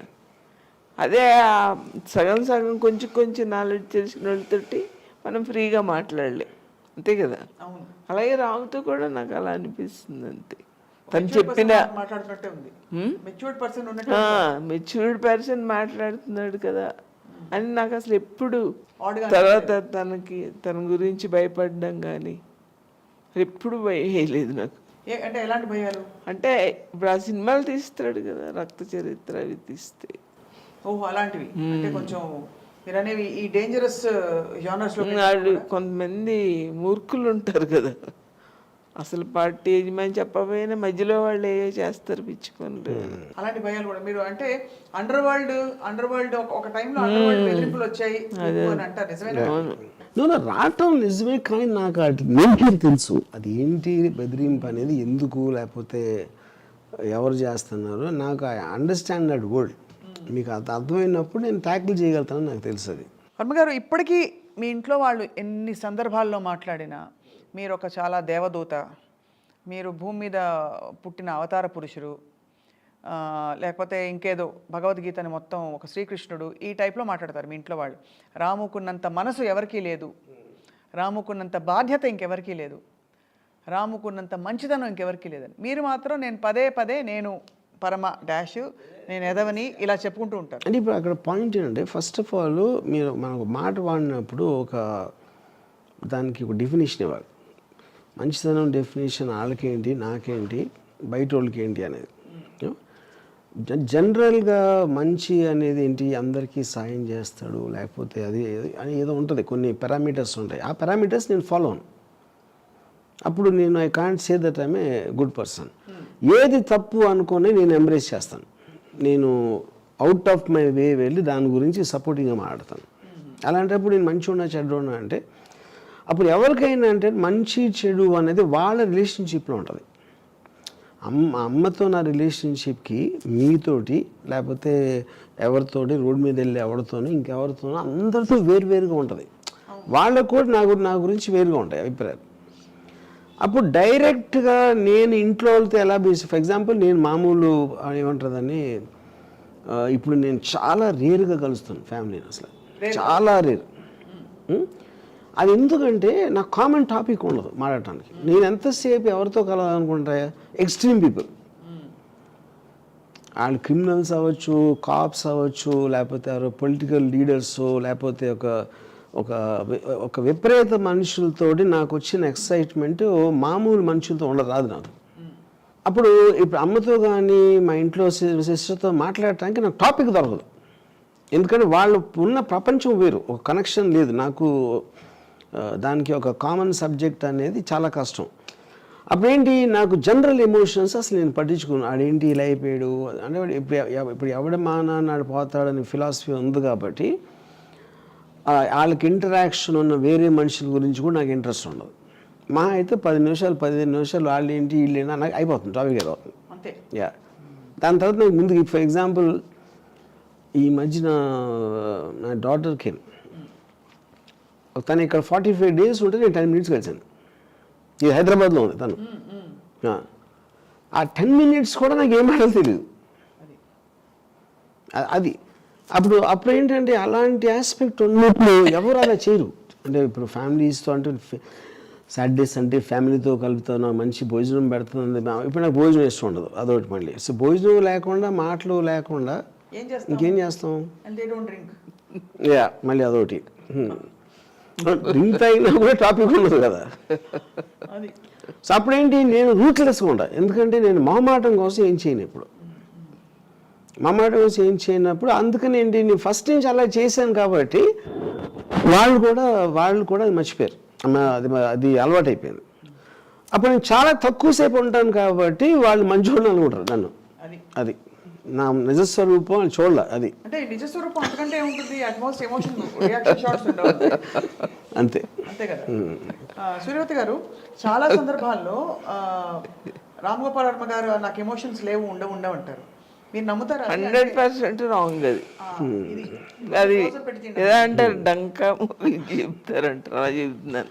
ఇప్పుడు నేనేంటంటే నేను ఎప్పుడు కూడా ఎమోషన్స్ లేవని చెప్పలేదు, ఎమోషన్స్ కంట్రోల్ చేస్తానని చెప్పాను. అదే వాట్ చాలా డిఫరెన్స్ ఉంది దానికి దీనికి. అంటే డీప్ గా ఫీల్ అవుతారు కానీ దాన్ని తొక్కేస్తారు పాప అక్కడ, అంతేనా?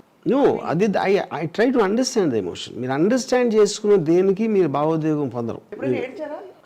ఇప్పుడు నాన్నగారు చనిపోయినప్పుడు ఇప్పుడే అడగలేదు. ఎప్పుడు? అలా 7 ఏళ్ల వయసులోనే అమ్మ నువ్వు నన్ను ఎందుకు కొడుతున్నావు అంటే వేరే ఏదో పెట్టుకున్నావు అన్నాడు. అప్పుడే అర్థమైపోయింది. తప్పు నీది కాదు కానీ కళ్ళల్లో నీళ్ళు కూడా రాలేదు.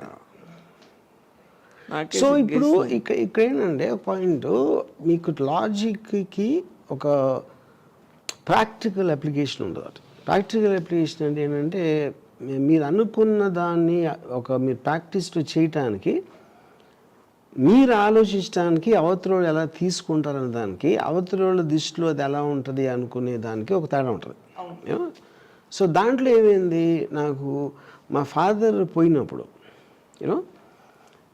నేను ఇమ్మీడియట్గా నా ఫస్ట్ రియాక్షన్ నాకు తెలిసినప్పుడు, నా ఫస్ట్ రియాక్షన్ అమ్మ. ఇది అమ్మకి ఎలా చెప్పాలి? అప్పుడు నేను ఎక్కడ ఆ టైంలో ఒక ఎస్టీడీ బూత్ ఉండేది, సెల్ ఫోన్స్ ఆ టైంలో. ఎస్టీడీ బూత్లోంచి ఫోన్ చేసి అక్కడ చెప్పాడు నాకు, ఫాదర్ ఎక్కడో భీమవరంలో ఆయనకు హార్ట్ అటాక్ వచ్చింది. ఇంట్లో. కానీ ఏంటి, అది మా సిస్టర్ విజయ నన్ను నిద్రపోతూ ఉంటే లేపింది నన్ను. బుజ్జి ఫోన్ చేశాడు అర్జెంటుగా నీతో మాట్లాడాలని. సో నేను ఆ బుజ్జి అంత క్లోజ్ కూడా కాదు నాకు, నిద్రలేపి ఎందుకు చెప్తాను, వెళ్ళి నేను మాట్లాడితే పక్కన ఎవరైనా ఉన్నారన్నాడు. సో అక్కడ అమ్మకి విజయకు డౌట్ వచ్చింది, ఏంటి బుజ్జి రాముతో ఇంత అర్జెంటుగా ఏంటి పని ఏడుతో అని. సో అప్పుడు నేను వెళ్ళి బయట నుంచి ఫోన్ చేసి తెలిసాక నేను వెనక్కి వస్తా ఉట్టి అమ్మకి ఎలా చెప్పాలని ప్రాక్టీస్ చేస్తున్నాను. ఇక్కడ వచ్చేసి నేను గట్టిగా నాన్న అంటే చాలా క్యాజువల్గా చెప్పాను, నాన్నగారికి ఏదో చిన్న గుండె నొప్పి వచ్చిందంట, నేను ఇక్కడికి తీసుకొచ్చేయమని చెప్పాను నాన్న. దానికి అమ్మ అంటే షీ వాజ్ సస్పెక్టింగ్ ఏదో జరుగుతుంది. ఎప్పుడైతే నాన్న పేరు చెప్పానో షీ కొలాప్స్. అక్కడి నుంచి నేను ఇంకా పెద్ద డ్రామా ఆడేసి ఎవరు ఇంటికి రావద్దని చెప్పి అది చెప్పి ఏదో అంతా చేసాను. దీని మొత్తంలో నేను అసలు మర్చిపోయాను. నేను ఎంతసేపు అమ్మకి ఎంత కేర్ఫుల్గా చెప్పాలి, ఎలాగ రివీల్ చేయాలి అనే ఒక స్క్రీన్ ప్లే రాయటంలో బిజీగా ఉన్నాను నేను బేసిక్గా. అయిపోయిన తర్వాత ఒకసారి బాడీ వచ్చేసిన తర్వాత నేను వెళ్ళి అంటే మనం తన హ్యాపీ మూమెంట్స్ని గుర్తుపెట్టుకున్నాం. ఇప్పుడు ఆయన ఫోటో పెట్టి ఇక్కడ దండ పెట్టి ఆ 11వ రోజు ఇవన్నీ మాత్రం దయచేసి చేయొద్దు. దీనికి ముందేంటి మా ఫాదర్ ఏమో ఆయన బాడీని డొనేషన్కి ఇవ్వాలి, ఐస్ డొనేట్ చేయాలి ఏదో చెప్పారు.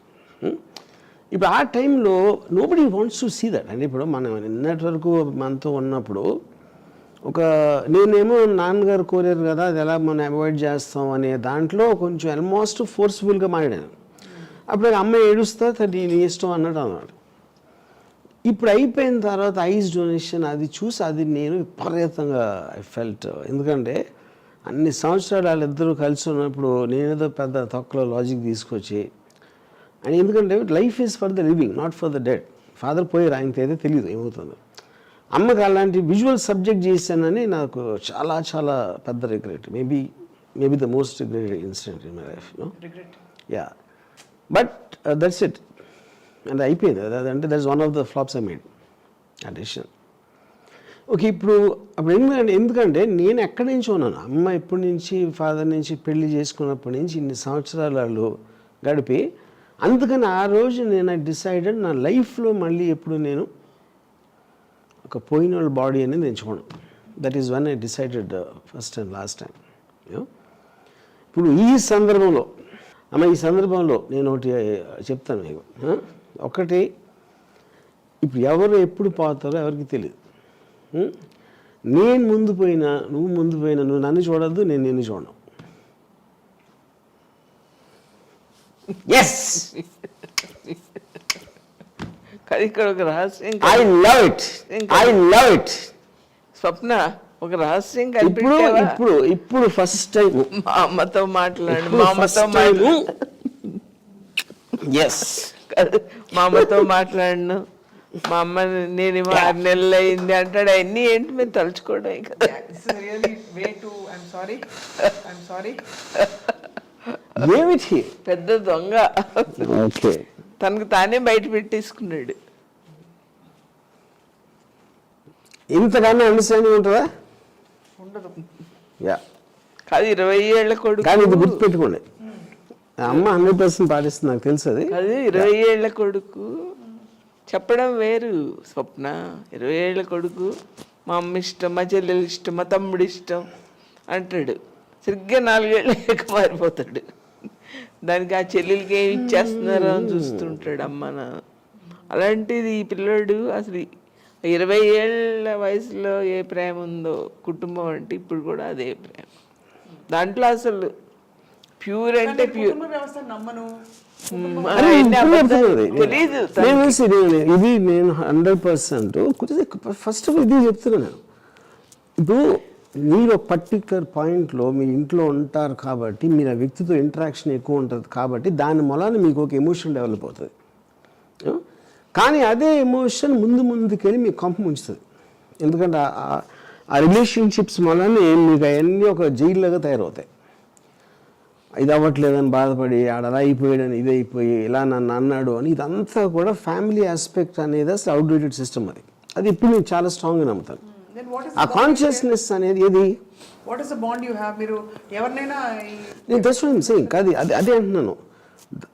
ఒకవైపున ఎమోషన్ ఉంది, దెన్ దానికి కనెక్టెడ్ అయ్యి మీకు ప్రాబ్లమ్స్ వస్తాయి తర్వాత. ఇంకో రహస్యం చెప్పనా? చెప్పండి. ఇప్పుడు నాతో చూడాలి, మాట్లాడాలి, అలా అంటే దొరికేస్తాడు. అమ్మ నీతో మాట్లాడాలని ఉంది అంటే దొరికేస్తాడు కదా. అందుకని ఒక 50 మందిని భోజనాన్ని పిలిచి అమ్మ వాళ్ళని పిలిచాను నువ్వు కూడా రావా అంటాడు అనమాట. అది ఇప్పుడు ఇప్పుడు నేను అడగాల్సింది ఇది ఈ ప్రోగ్రామ్ కూడా అదే. నాతో మాట్లాడి ఉండాలని ఉంది, అమ్మ నీతో 2 గంటలు ఉండాలని ఉందన్న ఓడిపోయినట్టు ఉంటుంది. అందుకని తన చేతిలో ఉంది కనుక ఇది నిజమా సార్? ఇది ఏర్పాటు చేసేసాడు 100%. ఎందుకంటే ఇప్పుడు నాకు ఓన్లీ ఫ్యామిలీ మెంబర్స్తో ఉన్నప్పుడు లిమిటేషన్ వచ్చేస్తుంది టాక్. ఇప్పుడు ఫర్ ఎగ్జాంపుల్ నేను ఈ మధ్యన I really enjoying company of my sister. కానీ ఏంటి, మా సిస్టర్ ఒక్కరు కాకుండా తన ఫ్రెండో లేకపోతే తన ఫ్రెండ్సో లేకపోతే ఏదో సందర్భంలో వచ్చినప్పుడు ఒక మిక్స్ మ్యాచ్ ఉంటుంది. నేను ఉట్టి విజయతోని ఉంటే నాకు తెలియదు, ఏం ఆడదు తెలియదు. అది నా పాయింట్ యూనో. సో అది తన అప్పుడు ఏమవుతుంది, సిస్టర్ రోల్ నుంచి one of the friends companions ఏదో దాంట్లో వస్తుంది అన్నమాట. నేను సిస్టర్ లాగా చూస్తే నేను క్లైమ్ ఇప్పుడు లేకపోతే నా కోటి ఉన్నాడు నా బ్రదర్, అసలు నేను కోటితో మాట్లాడాను, అసలు నా రేవతితో మాట్లాడాను ఫర్ ఎగ్జాంపుల్, నాకు ఏమంటో తెలియదు అసలు నాకు. అప్పుడు ఒక కంపెనీ మిక్స్లో ఉన్నప్పుడు దెన్ ఇట్ బికమ్స్ లైక్ ఒక ఏదో ఒక పార్టీ ఒక గ్రూప్ డిస్కషన్ లాగా అది. సో అది స్పెసిఫిక్ నుంచి non specific and more or less ఏంటి జూమ్ అవుట్ మోడ్లో ఉంటుంది సిచ్యువేషన్. జూమ్ అవుట్ కాదు, but I think I enjoy that more. But ఇది మాత్రం క్లాసిక్ మీరు చెప్పింది ఇప్పుడు అమ్మకి. బట్ అంటే it takes a lot of courage, guts to even talk about it. See, everything is inevitable. It is going to happen for sure. Anything which we don't want to talk about, the death అవ్వచ్చు, ఏదన్నా అవ్వచ్చు, I think to take it very casually. ఇప్పుడు for example Murali మా అన్నాడు, నాకేంటి మురళీ మాయతోటి I still feel is alive. అంటే నేను కలిసినా కలవకపోయినా నాకున్న ఇంటరాక్షన్ ఏంటి, ఆయనతో థాట్స్, ఆయనతో ఉన్న మూమెంట్స్, ఏదో వాట్ ఎవర్ జర్నీ చేసాం. సో నేను అది ఒక్కటే అది చూడకపోతే డెత్ బెడ్ మీద నాకు అబ్సల్యూట్లీ నాకు అసలు మీనింగ్ లేదు. డెత్ అనే దానికి మీనింగ్ లేదు నాకు. రాము 10,000 మైళ్ళలో ఉన్నా తన మనసులో నేనున్నాను, తన మనసులో నేనున్నాను. ఆ ప్రేమ నాకు చాలు, రోజు కనపడకపోయినా పర్వాలేదు. ఇప్పుడు నేను బాంబేలో నువ్వు ఒకసారి 1-2 years కూడా రాకపోవచ్చు ఫర్ ఎగ్జాంపుల్ చెప్తున్నాను, అది డెన్ మేక్ డిఫరెన్స్ అంటున్నాను. సో ఇది చాలా ఇంట్రెస్టింగ్ పాయింట్ ఇది. రాము గారు బాంబే మూవ్ అయిపోయినప్పుడు మీరు అప్పుడు ఏమనుకున్నారు, ఎలా ప్రాసెస్ చేసుకున్నారు దాన్ని?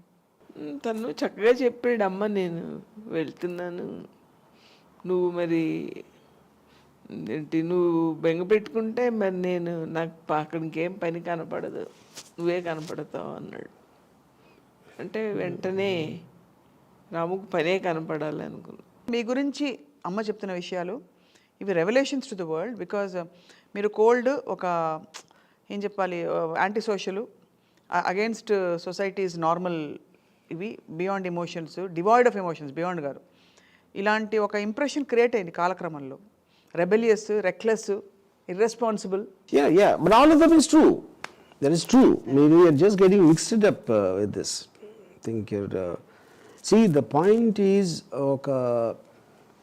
ఒక ఆస్పెక్ట్ అనేది మీకు ఇష్టం అనుకోండి, కానీ దాని వెనకాల హిడెన్ డేంజర్ ఉంది అని తెలిసినప్పుడు అది ఎప్పుడు తెలుస్తుంది మీకు? దాంట్లోకి వెళ్ళినప్పుడే తెలుస్తుంది. అది దాంట్లోకి నేను వెళ్ళి దానిని స్టడీ చేశాను కాబట్టి ఫ్యూచర్ జనరేషన్ ఉండకూడదని, అందుకనే ఫ్యామిలీ స్ట్రక్చర్ కొలాప్స్ అవ్వాలని నా కోరిక. మీరు బాగా డిస్టెంట్ అయిపోయి ఉంటారు కుటుంబం నుంచి. మీ ప్రపంచంలో అక్కడ పెద్ద పెద్ద హీరోలు, స్టార్స్, ఇక్కడ ఇంటికి వస్తే మళ్ళీ మామూలు టిపికల్ మీరు పెరిగిన వాతావరణం. వాట్ వుడ్ హ్యాపెన్ అంటే స్విచ్ అయ్యేవారా? మోడ్ స్విచ్చింగా? లేకపోతే అక్కడ ఆమిర్ ఖాను, రెహమాను, ఇంకా ఉర్మిళ, శ్రీదేవి గారు, ఇంకా రకరకాల స్టార్స్ అందరూ మీ ప్రపంచంలో, అమితాబ్ బచ్చన్, అమ్మో Aishwarya Rai, who is who? కానీ నాకు క్వశ్చన్ అర్థం కదా. క్వశ్చన్ ఏం లేదు. ఇక్కడ ఇంట్లో మామూలుగా మీరు పెరిగిన వాతావరణం, అక్కడ మీరు కంప్లీట్లీ హై ఫ్లయింగ్ దీనిలోకి వెళ్ళిపోయారు. ఈ రెండు మీరు ఈ రెండు విజువల్స్ మీకు మ్యాచ్ అయ్యావా మీ మైండ్లో? అసలు అది ఇప్పుడు లేదు నాకు లైఫ్లో. అది ఆ కాంట్రాస్ట్ నేను ఎప్పుడు చూసేవాడిని కాదు. అది ఏదో మీరు ఏవీలో చూసినప్పుడు అది అనిపిస్తుంది, కానీ జనరల్గా వర్క్ మోడ్లో ఉన్నప్పుడు really seems big unless you're emotionally connected. ఇప్పుడు నాకు ఎలా అనిపిస్తుందంటే, ఒక సైంటిస్ట్లా తను ఏమనుకుంటే ఆ సినిమా చేసుకుంటూ సాగిపోతూ ఉంటాడు, సైంటిస్ట్ లాగా. నెక్స్ట్ ఇంకోటి, తను అసలు మన గవర్నమెంట్ కూడా రాముకి ప్రైమ్ మినిస్టర్ అండ్ ప్రెసిడెంట్ గారు వేరే దేశంలో వాళ్ళకి ఏదో పని ఉందనుకోమ్మా, ఈయన్ని పంపిస్తే చాలా స్మూత్గా చేసుకుని వాళ్ళని ఇబ్బంది పెట్టాడు. అడిగిన ఆయనకి ఏమీ హాని ఉండదు, అడిగించుకున్న ఆయనకి. ఇక్కడ వీళ్ళకి ఏమీ హాని ఉండదు, స్మూత్గా పనిచేసి వచ్చేస్తాడు. అది ఎప్పుడు అలా అనుకుంటారు. కానీ I agree that I have the capacity, but I also capable of creating a war. Creating ఏం వారు కాదు, ఎందుకంటే సేమ్ టెక్నిక్ యూజ్ చేసిన చేస్తాడు ఎవరినైనా చాలా స్మూత్ వే, అండ్ అవతల వ్యక్తికి ఏమీ హాని జరగదు. ఇంట్లో సరే రాము గారు ఆయన మ్యారేజ్ వర్కౌట్ అవ్వలేదు, విడిపోయారు. మళ్ళీ పెళ్లి చేసుకున్నా అన్న, లేకపోతే ఇంకొక అమ్మాయిని చూద్దాం, లేకపోతే నువ్వు చూసుకుంటున్నావా, ఇలా విన్నాను నీ గురించి, పలానా అమ్మాయితో నీకు ఏమన్నా లింకప్ ఉందని చదివాను ఎక్కడో పుస్తకంలో. ఈ సందర్భాలు వచ్చాయి ఎప్పుడైనా? అసలు ఇంత మెచ్యూరిటీ ఉన్న అబ్బాయికి నేను పెళ్లి చేసుకోమని చెప్పడం ఏంటి? నేను రత్నాన్ని చెప్పాను, మా పిల్లలకి ఏముందమ్మా, పెళ్లి చేసుకోవాలనుకుంటే 2 గంటలే చేసుకుని వచ్చేస్తారు, మీ అమ్మ నాన్నగారు మంచి సంబంధాలు తెచ్చారు, నువ్వు చేసుకో తల్లి, నీకు అలా దొరకడు. మా పిల్లలకి ఏముంది, 1 రోజులో చేసుకుని తీసుకొచ్చి చూపిస్తారు, ఇలాంటి వద్దు అని. నీకు కరెక్ట్. వాళ్ళు ఎవరో ఇష్టపడి అడుగుతున్నారు కదా చేసుకోమ్మా అన్న. లేదు, నాకు ఇష్టం లేదు. అంటే తన పర్సనల్ ఇష్టం కదా అది, మనం చెప్పేది క్షేమంగా. అయినా అమ్మగా మీకు ఉంటుంది కదా ఒక బెంగ, ఎలాగా, ఏమిటి, ఎప్పుడు, ఎలాగా అని. నాకే మా పిల్లల విషయంలో, రాముకోటి విషయంలో వాళ్ళు బేలతనం లేదు వాళ్ళ దగ్గర. అంటే అర్థమైంది కదా, బేల కాదు, బేల కాని వాళ్ళకి మనం ఎందుకు చదవడం. అండ్ ఇంత పెద్ద పెద్ద స్టార్స్తో, అమితాబ్ బచ్చన్ లాంటి టాప్ యాక్టర్ ఇన్ ద కంట్రీతో రాము గారు వర్క్ చేయబోతున్నారు అన్నప్పుడు, ఇప్పుడే కథ చెప్పాను కదా, ప్రెసిడెంట్ గారు, ప్రైమ్ మినిస్టర్ గారు పని అప్ప చెప్తే అలాగే తను చేయాలనుకున్నాడు, ఆయన ఒప్పించాడు, చేసేసి. మీరు కలిసారా ఆ సందర్భాల్లో? వెళ్ళేవారా షూటింగ్స్కి వాటికి? నేను బాంబే చాలాసార్లు వెళ్ళేదాన్ని, అంటే షూటింగ్కి వెళ్ళేదాన్ని. ఎందుకు, రాము దొరుకుతాడు, షూటింగ్లో అయితే ఫ్రీగా దొరుకుతాడు కదా, షార్ట్కి మధ్యలో తనతో ఉండొచ్చు కదా అని వెళ్ళేదాన్ని. జిఎస్టీ ఒక చాలా పెద్ద మైలురాయి. ఎవరికి మైలురాయి అంటే ప్రేక్షకులకి, ఎందుకంటే వాళ్ళు తట్టుకోలేని ఒక జోల్ట్ వచ్చింది, ఢామ్ అని. రామ్ గోపాల్ వర్మ గారు అంతవరకు ఒకలాంటి సినిమాలు తీసిన ఆయన సడన్గా ఒక న్యూడ్ అమ్మాయిని ఒక కంప్లీట్గా అది ఒక అశ్లీలమైన సమాజం భాషలో ఆఫ్ కోర్స్ అది కరెక్టే, అది అశ్లీలమైన కొంత అందరికీ మనస్కరించని ఆ దృశ్యాలతో ఒక నీలి చిత్రం తీశారు. కరెక్టా కదా? ఏమనిపించిందంటే ఒక సైన్స్ క్లాస్ చూసినట్టు అనిపించింది. చూసారండి. అంటే అది ఒక మెచ్యూరిటీ ఉన్న మనిషితో చూసింది తేడా ఉంటుంది, అందరితో చూడలేక. నాకైతే ఒక సైన్స్ క్లాస్, ఒక డాక్టర్ నన్ను తీసుకెళ్ళి చూపించినట్టు అనిపించింది. అది నా ఇంటెన్షన్ కూడా అదే, ఆ సినిమా తీయటంలో నా ఇంటెన్షన్ కూడా అదే. Ya, no, it is just about exposing a women's inner views about what she thinks of sex. Ya, మనకి ఆపరేషన్ చూడాలంటే అడుగుతాం కదమ్మా డాక్టర్ని, అలా తీసుకెళ్ళి చూపించినట్టు అలా అనుకున్నారు. అలాగే అనుకున్నాను. 100% దీంట్లో నా చెప్పిన మాటలు ఏమి కల్తీ లేదు, ప్యూరిటీగా చెప్పాను 100%. అసలు ఏమనిపించలేదు. So that was a very bold thing from you sir. అంటే ఎవరు ఎక్స్పెక్ట్ చేయలేదు. అది జిఎస్టీ దానికి కిరణ్ గారు మ్యూజిక్ ఇచ్చారా? కీర్వాణి ఇవ్వలేదు, కీర్వాణి ట్రాక్ ఒకటి తను చేశాడు. నేను కీర్వాణిని just asked him to produce music track for it. Right. మీకు అమ్మతో గడిచిపోయిన జీవితం అంటే ఈ సంవత్సరాల్లో any other regret you have? ఈ టైంలో నేను ఉండలేకపోయాను, స్పెండ్ చేయలేకపోయాను, అమ్మకి ఇది ఇవ్వలేకపోయాను, లేకపోతే అమ్మ నేను లేకుండా ఇలా అయిపోయింది, anything like that from your deepest heart? ఎవరన్నా నన్ను అడిగితే నేను ఏదో చేసి చేస్తాను. But many pers people in my family, Vijaya కానీ అమ్మ కానీ మా ఫాదర్ కానీ ఎప్పుడు ఎవరు ఆడలేదు అను. మరి ఇందాక అమ్మ చెప్పిన నేను వాళ్ళు నన్ను అడగలేదు. అంటే దర్ కంటెంట్ విత్ దట్. అంటే ఐ డోంట్ నో, అంటే ఇప్పుడు అది అన్కండిషనల్ లవ్ అంటారా దాన్ని? No, I don't know. అంటే I think we're as people we're like that. Almost అందరూ ఇంట్లో అందరూ యాక్చువల్గా ఎవరు ఎప్పుడు ఎవరిని ఏం అడగరు. ఏ పర్సన్ కూడా ఒక ప్రాబ్లం ఫేస్ చేయడం జరగలేదు. స్వప్న ఇంకో సీక్రెట్ చెప్పిన, రాముకు కూడా తెలియదు. ఇప్పుడు రాము నేను వస్తానమ్మా అంట బాంబేకి, నేను ఎల్లుండి వస్తున్నాను కదా అని అంటాడు. వద్దని చెప్పాడు, రావద్దని చెప్పాడు. తర్వాత ఒకసారి అన్నాడు నేను హైదరాబాద్ వచ్చి 2 నెలలు ఉంటున్నాను అన్నాడు. ఐ ఆమ్ వెరీ హ్యాపీ, అబ్బా 2 నెలలు ఇంకా చూసేసుకోవచ్చు అని. కట్ చేస్తే ఫిలిం నగర్లో ఉన్నాడు 2 నెలలు. అదేంటో అలా అంటే మరి ఇంటి నుంచి షూటింగ్ వెళ్ళడానికి ఎంతసేపు పడుతుందమ్మా, ఆ టైం అంతా వేస్ట్. అదే నా యాక్చువల్ రీజన్, లేకపోతే మీ స్పేస్ మీకు కావాలనుకున్నారా? నిజమే, అబద్ధాలు. స్పేస్ అంటే నేను చెప్పాను కదా ఇందాక, నాకు ఇప్పుడు ఒక ఇంట్లో నేను కంటిన్యూస్గా వర్క్ చేస్తూ ఉంటాను. ఏదో ఇంటర్నెట్, స్క్రిప్ట్, ఎక్సలేటర్. సో ఇంట్లో చాలామంది మా ఫ్యామిలీ మెంబర్స్తో నేను ఒక్కడిని ఐసోలేటెడ్గా ఉండటం అనేది నాకు చాలా ఆడుగా అనిపిస్తుంది. The home is supposed to be about stay alone. Yeah, correct. మీకు అన్ని సర్వ కుటుంబరావు లక్షణాలు ఉన్నాయి ఎక్కువ. ఇంకా కుటుంబరావులు అంటే వాళ్ళు ఇప్పుడు ఫ్యామిలీ బై డెఫినేషన్ అందరూ డైనింగ్ టేబుల్ దగ్గర కూర్చుని భోజనం చేసి రాత్రి ఇది అది అందరూ కలిసి లివింగ్ రూమ్లో టీవీ చూసి అలా, అది that is what I think is so called కుటుంబం. యా, కానీ చెప్పండి. కానీ ఇప్పుడు రాముకి తెలియని సీక్రెట్ చెప్తున్నాను. నాకు రాముని చూడాలనిపిస్తుంది అనుకో, అప్పుడు నేను తపస్సు చేస్తాను. రాముకి నన్ను చూడాలనిపించాలి, రాముకి నన్ను చూడాలనిపించాలి అనేటప్పటికీ తీరిపోతుంది కదా. ఎవరెవరికి ఏ దేవుడికి తపస్సు చేస్తారు? ఏ దేవుడికి తన ప్రేమకే. కానీ ఇది మాత్రం అమ్మ అని చెప్తున్నాను, నేను అసలు నాకు ఎవరిని చూడాలనిపించదు. అబ్సల్యూట్గా నేను కానీ అంటే స్క్రిప్ట్ రాసి చూడాలంది అలా ఉంటే అది కొంచెం ఎమోషనల్గా డ్రామాటిక్గా ఉంటుంది. అలా కాకపోయినా చూస్తే బాగుంటుంది. ఏం చేస్తాను, my mind is so full of running ideas. అసలు నేను హ్యూమన్ బీయింగ్స్ అసలు నేను కనెక్ట్ అవ్వలేను అసలు. అది ఇప్పుడు అమితాబ్ బచ్చన్ చాలా క్లోజ్, బట్ కానీ నేను ఒక సినిమా నుంచి ఇంకో సినిమాకి 1 year 2 years గ్యాప్ వచ్చింది. ఒక్కసారి కూడా నేను అసలు ఆయన కలవను. మా అయితే ఏదో ఒక పర్టికులర్ ఇంట్లో ఒక మెసేజ్ ఏదో ఒకటో రెండు మెసేజ్లు ఇలాంటివి తప్పిస్తే అసలు నేను కలవను అసలు ఎవరిని. నా వర్క్లో ఉన్నోళ్ళకి తప్పిస్తే ఆ రోజు చూసిన వాళ్ళు అంటే అప్పుడు ఆ పర్టికులర్ టైంలో చేస్తున్నాడు నాకు అసలు అందరూ భయపడిపోతారు.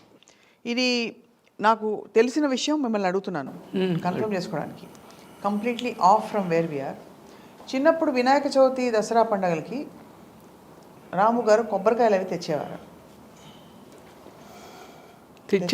అడుగుతున్నాం అంటే అమ్మకి పని చేసి పెట్టడం, అమ్మకి ఏదో ఒకటి. బట్ కాదు వినాయక చవితి అని కాదు, అమ్మ కొబ్బరికాయ తెమ్మంది అంటే తెస్తాడు. పక్కనే షాపులు పక్కనే ఉంటాయి కదా.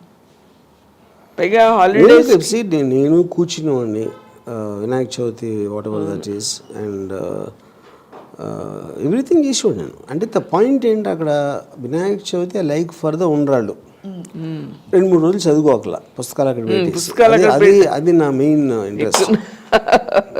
ఎప్పుడు చెబుతాడు బుక్స్ ప్యాక్ అక్కడ పెట్టేసి చేసి మళ్ళీ 3 రోజులు ముట్టుకోపోతే ఫుల్ హ్యాపీ, హోంవర్క్లు చేయక్కర్లేదు.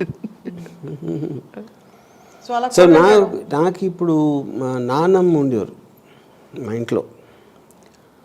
మా నాన్నమ్మ మెయిన్ రీజను నేను నాస్తికుడు అవడానికి మెయిన్ రీజన్ ఆవిడ. ఎందుకంటే ఆవిడ రామకోటి 5 times రాశారు ఆవిడ. 5 times అంటే ఈచ్ టైమ్ 100 books. ఆ రాస్తా మధ్యలో మా అమ్మని తిట్టేవారు, మధ్యలో నన్ను తిట్టేవారు. ఏంటి రాస్తున్న టైంలో అది ఇంకా బెస్ట్ అది. సో అక్కడితోటే నాకు ఫస్ట్ అసలు యాంటీ గాడ్ అనేది ఆవిడ నుంచి స్టార్ట్ అయింది నాకు. అంటే రామకోట రాస్తూ మనసులో నిర్మలంగా. అంటే ఇప్పుడు టెక్నికల్గా ఆవిడకన్నా భక్తురాలు లేరు, ఎందుకంటే ఆవిడ పొద్దున్న నుంచి రాత్రి పడుకునే వరకు రాస్తూ ఉంటారు. మళ్ళీ ఈ మధ్యన 1-2 గంటలు గ్యాప్ ఉండే పూజ. మళ్ళీ 90 years ఓల్డ్ ఉమెన్ రోజంతా 12-14. సో అప్పుడు అది అయిపోయిన తర్వాత ఆవిడ లాస్ట్ డేస్లో ఆవిడకి పారాలసిస్ వచ్చింది. భీమవరంలో ఏదో రిలేటివ్ వాట్ ఎవర్ రిలేటివ్. నేను ఆయన ఇంట్లోకి వెళ్తే ఆ చిన్న స్టోర్ హౌస్ అంటే ఈ బొగ్గులు అని పెడతారు కదా, అక్కడ పెట్టారు. మేబీ ఇంట్లో ఖాళీ లేక ఏదో. నేను చూడటానికి వెళ్తే ఆవిడ మీద బుద్ధంగా తిరుగుతున్నాయి. ఆ విజువల్ ఒక్క దానితో నేను పర్మనెంట్గా గాడ్ని వదిలేసాను. అంటే ఈవిడ ఇంత చేసి ఇలా అయ్యి ఈవిడే లాస్ట్ ఇయర్ ఇంకెవడికి ఏమొస్తుంది దేవుడి నుంచి అని. మీరేమో ఏం చేయకుండా అమితాబ్ బచ్చన్ డైరెక్ట్ చేశారు. ఇది మీరేమో ఇవేం చేయకుండా Sridevi basic. So I think అది అంటే యంగ్ టైంలో ఇట్స్ వెరీ డిఫికల్ట్ ఫర్. ఇప్పుడు నేను సిగరెట్ తాను, ఎందుకంటే మా ఫాదర్ చైన్ స్మోకర్. ఆ చైన్ స్మోకింగ్ తోటి నాకు ఎందుకో ఒక డిస్టెన్స్ వచ్చేది. మాటికి ఆయన సిగరెట్ తాగుతుంటే, కానీ ఆయన డ్రింక్ మాత్రం జస్ట్ స్మాల్ పెగ్ ఏదో వేస్తారు, బ్రాండీ ఏదో సంథింగ్. అది క్యూట్గా ఉండేది నాకు. అందుకని నేను ఓడకలో వచ్చాను, సిగరెట్ తాగలేదు. అందుకని ఆయన ఎక్కువ ఏది చేస్తే నాకు చేయలేదు అన్నమాట, తక్కువ ఏం చేస్తే అది ఎక్కువ చేస్తున్నాను నేను. యా నో, కొట్టడం, మందలించడం. ఇప్పుడు మీకు ఈ అభ్యుదయ భావజాలం అమ్మ నుంచి వచ్చిందా, నాన్నగారి నుంచి వచ్చిందా? అంటే రిలేటివ్ కంపారిజన్. మన నాన్నగారు కూడా ఆల్మోస్ట్ నాస్తికుడు. ఆయన కూడా చాలా లాజిక్, రేషనాలిటీ. దాని వల్లనే నాగేశ్వరరావు గారికి ఈ పెద్దలందరికీ ఫాదర్ అంత దగ్గర అవటం కూడా ఆయన because of the way talks and logic and analysis. అమ్మ, చిన్నప్పుడు రాము గారు రిలేటివ్స్తో ఉన్న పద్ధతి, ఇంట్లో ఉన్న పద్ధతి చూసినప్పుడు ఒకరోజు మా అబ్బాయి ఇలా ఉంటాడు, ఇలా తయారవచ్చు, లేకపోతే ఒక పెద్ద కొంచెం అంటే సమాజం పరిధిలో కొంచెం రెవల్యూషనరీగా అవుతారని అనుకున్నారా మీరు? అసలు అనుకోలేదు. నాకు ఎంతసేపు ఇంజనీరింగ్ చదివించేసి ఇప్పుడు ఉద్యోగంలో పాయింట్ ఏమైందంటే, నేను పెళ్ళి చేసుకున్న టైం, ఎందుకంటే పెళ్ళి అంటే ఆల్మోస్ట్ ఇంజనీరింగ్ అవ్వగానే అయిపోయింది మ్యారేజ్. అప్పుడు ఈ రత్నాకి నాకు వచ్చిన గొడవలు కానీ, నా తాజ్ కృష్ణలో నేను చేసే ఉద్యోగం, ఒక ఇన్సెక్యూరిటీ వచ్చేసింది అంతా. వీళ్ళేంటి అదేంటి అనేది. That was a difficult time for the whole family. మొత్తం అందరూ ఏది సరిగ్గా సెటిల్ అవ్వట్లేదు. ఇలాంటి పీరియడ్లో నేను వెనకాల నుంచి ఈ సినిమా బ్రేక్ ట్రై చేస్తూ ఉన్నాను. యా. సో ఇది అసలు వాళ్ళ దగ్గరికి అంత వెళ్ళలేదు, అసలు ఏం చేస్తున్నాను ఏంటి అనేది అంత రిజిస్టర్ అవ్వలేదు ఎవరికి బేసిక్గా. సో నాకు గుర్తు, నాకు first time Shiva direction chance Annapurna studios ఇస్తున్నారు అన్నప్పుడు కూడా ఎవరు రియాక్ట్ అవ్వలేదు దానికి అసలు. ఎందుకంటే ఆ టైంలో అంత తెలిసేది కూడా కాదు ఏంటి డైరెక్షన్ అంటే ఏంటి, అది పెద్ద విషయం అనేది రిజిస్టర్ అవ్వాలా అనుకున్నారు అందరూ. యూనో అది దానికి మెయిన్ కారణం నాకు రత్నకి ఉన్న దాంట్లో ఆల్రెడీ ఈడైపోయాడు, ఈడేదో పిచ్చి పిచ్చిగా చేస్తున్నాడు, వీడియో లైబ్రరీ అంటాడు కాసేపు, లేకపోతే ఇది అంటాడు అని ఒక ఇన్సెక్యూర్ అట్మాస్ఫియర్ వచ్చింది. కాబట్టి నా సినిమాలో నేను చేయటం అనేది రిజిస్టర్ అవ్వలేదు ఎవరికి అసలు. నాన్నగారు కూడా maybe didn't take it seriously, నిజంగా అవుతుంది వాళ్ళు ఏదో మాట్లాడుతున్నాడు వెనకాల తిరుగుతున్నాడు, కానీ వాళ్ళు నిజంగా ఇస్తారా అనేది కూడా నాన్నగారికి డౌట్స్ ఉంటే అది కూడా ఎక్స్ప్రెస్ చేసి ఉంటుంది ఎక్కడో వచ్చాడు ఇంట్లో. యూనో ఫైనల్గా ఆల్మోస్ట్ ఫిలిం చూసేవరకు ఎవరికి అసలు they didn't feel the effect. Cinema release అయ్యే వరకు చూసి అఫ్ కోర్స్ నాకు అసలు ఎప్పుడే అక్కడ నాకు గుర్తుంది, రత్న ఏమో ఈ భాస్కర్ ప్యాలెస్ అని ఒక హోటల్ ఉండేది, దాంట్లో ప్రివ్యూ థియేటర్ ఉండేది. అక్కడ చూసి షాక్ అయిపోయింది అసలు. అంటే ఫస్ట్ టైం తనకి రిజిస్టర్ అయింది ఇదేదో జరిగిపోయింది అనేది అక్కడ. నాకు ఇప్పుడు అమ్మ విజయ్ ఎప్పుడు చూస్తారో నాకు గుర్తులేదు. నాన్నగారు చూశారు స్టూడియోలో, చూసి అది ఆడదని చెప్పారు నాకు. It is too intelligent, it is too intelligent for the audience అని చెప్పారు. అమ్మ మీరు ఎప్పుడు చూసారు ఫస్ట్ శివ? నేను స్టూడియో అన్నపూర్ణ స్టూడియోలో చూసేమనుకున్నారు, నా కొడుకు గ్రేట్ అనుకున్నారా? అందరూ ఎంత రామలింగరాజు గారు. కానీ నాకు అమ్మ నన్ను చూసి నన్ను ఎంత వాడబోయావరా అని చెప్పినట్టు గుర్తులేదు. అదే మరి చెప్పలేదు అది చెప్పలేదు. అసలు ఒక్కొక్క విషయం వింటూ ఉంటే నాకు పేజీలు తిరగేసి ఆ ఫేజ్లోకి వెళ్ళిపోయినట్టు అనిపిస్తుంది. సో ఓవరాల్గా మీరు అంటే మీ జర్నీలో సూర్యవతి గారు, రామ్ గోపాల్ వర్మ గారి మైల్ స్టోన్స్ అన్నీ ఒకవైపు, కానీ ఆయన భావజాలం, ఐన్ ర్యాండ్ ఫిలాసఫీలు, నీషేలు ఇవన్నీ ఇంట్రడ్యూస్ అయినప్పుడు ఏమనుకునేవారు మీరు? ఏమనుకునేవారు కదా? అవన్నీ నాకు తర్వాతే తెలిసింది. అసలు రాము చిన్న స్టూడెంట్గా ఉన్నప్పుడు నాకు తెలియదు. కాకపోతే ఒకటి చెప్పిన ఒక జోక్, నేను ఎద్దనపూడి సులోచనారాణి మీకు ఐడియా ఉందా? అయ్యో, ఆవిడ నవల్స్ చదివి తెలిపోతూ ఉండేదాన్ని 30 ఏళ్ళ వయసులో. 10 ఏళ్ళ పిల్లడేమో ముప్పాళ్ళ రంగనాయకమ్మ గారి నవల్స్ చదివి తను జీర్ణించుకునేవాడు ఆవిడ. నేనేమో ఎద్దనపూడి సులోచనారాణి గారి నవల్స్, ఆహా ఇలా ఉండాలి నవల్ అంటే. ఆవిడ ఆ నగ్న సత్యాలు రాస్తే మనకేం నచ్చుతుంది. పేర్లు మాత్రం దేవుడి పేర్లు పెట్టారు కదా రాము గారికి, రామ్ గోపాల్. ఫస్ట్ మా అత్తగారు పెట్టుకున్నారు, రామ్ కోటి రాశారు కదా, తన పేరు రాము, మా చిన్న కొడుకు పేరు కోటి, విజయలక్ష్మి కూడా ఆవిడే పెట్టుకున్నారు. నా పేరు రామ్ పండు అని పెట్టారు. రామ్ పండు అని పెడితే నాన్నగారు చాలా ఫీల్ అయిపోయి ఒక స్కూల్లో అందరూ తిడతారు, స్కూల్లో అందరూ గెయిల్ చేస్తారు అని రామ్ గోపాల్ వర్మ అని పెట్టారు అక్కడ. ఇక్కడ పాయింట్ ఏంటంటే ఇప్పుడు దీని పుణ్యం అని రేపటి నుంచి టూలర్స్ అందరూ రామ్ పండు అంటారు నన్ను. కానీ ఇంకా అసలు ఇంకొక కథ ఉంది. తను పుట్టినప్పుడు మా పెద్దమ్మమ్మ గారు ఉన్నారు ఇక్కడ హైదరాబాద్లో. మా అమ్మ ఆవిడ్ని తోడు తెచ్చుకున్నారు. రాము నిలోఫర్లో పుట్టాడు. ఇప్పుడు మా పెద్దమ్మమ్మ గారు ఏం చేశారంటే ఇలా ఎత్తుకుని అమ్మ అశోక్ చక్రవర్తి అని పేరు పెట్టవే అన్నారు. అంతటి వాడు అవ్వాలి, అవుతాడు అంటే. తర్వాత నెక్స్ట్ 5 months 6 months అయ్యాక మా అమ్మకి నాకు కూడా తన పేరు మా అత్తగారిని పర్మిషన్ అడగాలని తెలియలేదు. నేను వెళ్ళాను నరసాపురం, ఏం పేరు పెట్టారు అన్నారు మా అత్తగారు. నాకు అసలు ఆవిడంటే చాలా భయం. అంటే ఇలా అశోక్ వాడేవాడు, వాడు మన కులమా, అశోక్ మన కులమా, వాడి పేరు పెడతారా, రామ్ పండు అని పిలవండి అని చెప్పేసారు అంటారు. So Ashok Chakravarthi to Ram Pandu to Ram Gopal Varma, good travel. కానీ మరి మా పెద్దమ్మమ్మ నిన్ను దీవించినట్టే అయ్యావు మరి చూడు, ఆవిడ నోరు ఎంత మంచిది. సో ఓవరాల్గా రామ్ పండు గారు, thank you. Yes, I have no problem. ఇప్పుడు నన్ను ఇవాళ సోషల్ మీడియాలో పిలిచే పేర్లకి ఇదో పేరు అంతే, ఇంకొకటి యాడ్. No problem. అంటే ఇప్పుడు ఏంటి, రాంపండు పిచ్చనా కొడగా కన్నా బెటరే కదా. Okay, no problem. Ya. Rampand గారు, ఎప్పుడైనా అమ్మ మీకు అంటే కలిపి పెట్టడాలు ఇలాంటి కామన్ అంటే I'm sure it must have happened in very small. కాదు, ఇవి నన్ను తినేవాడు కాదు, చిన్నప్పుడు పాలు కూడా సరిగ్గా తాగేవాడు కాదు. అవును. ఆ తాగని పిల్లలు ఇంకా ఉసూరుమంటూ ఉంటారు కదా. 3 సంవత్సరాలు 4 సంవత్సరాలు ఇలా ఎత్తుకునే వంట చేసేది. మా ఇంటికి వేణక్క, అక్క నీకు పద్మశ్రీ బిరుది ఇవ్వాలకు, నువ్వు ఎత్తుకుని వంట చేస్తున్నావు, ఎలా చేస్తున్నావే. మరి తినని పిల్లలు కాదు, ఎత్తుకుని నేను పిచ్చి పిచ్చి క్వశ్చన్లు అడిగి ఏడిపోతే ఒక చిరాకు వచ్చి నూనెలో వేసేలాగా. ఏమేశారు? నూనెలో వేసా, అదొక అడ్వాంటేజ్. అంటే పిల్లలు చిరాకు పెడతారు కదా. నాకు మా పిన్ని భవాని అని నా మదర్ సిస్టర్, నేను ఒకరోజు ఆయన ఒళ్ళో పెట్టుకుని ఇలా ఇలా ఇప్పుడు ఇలా పెట్టుకుని ఇలా ఇలా అనే ఓ ఏడుస్తున్నాడు. ఒక్కసారి టక్కని కొట్టింది.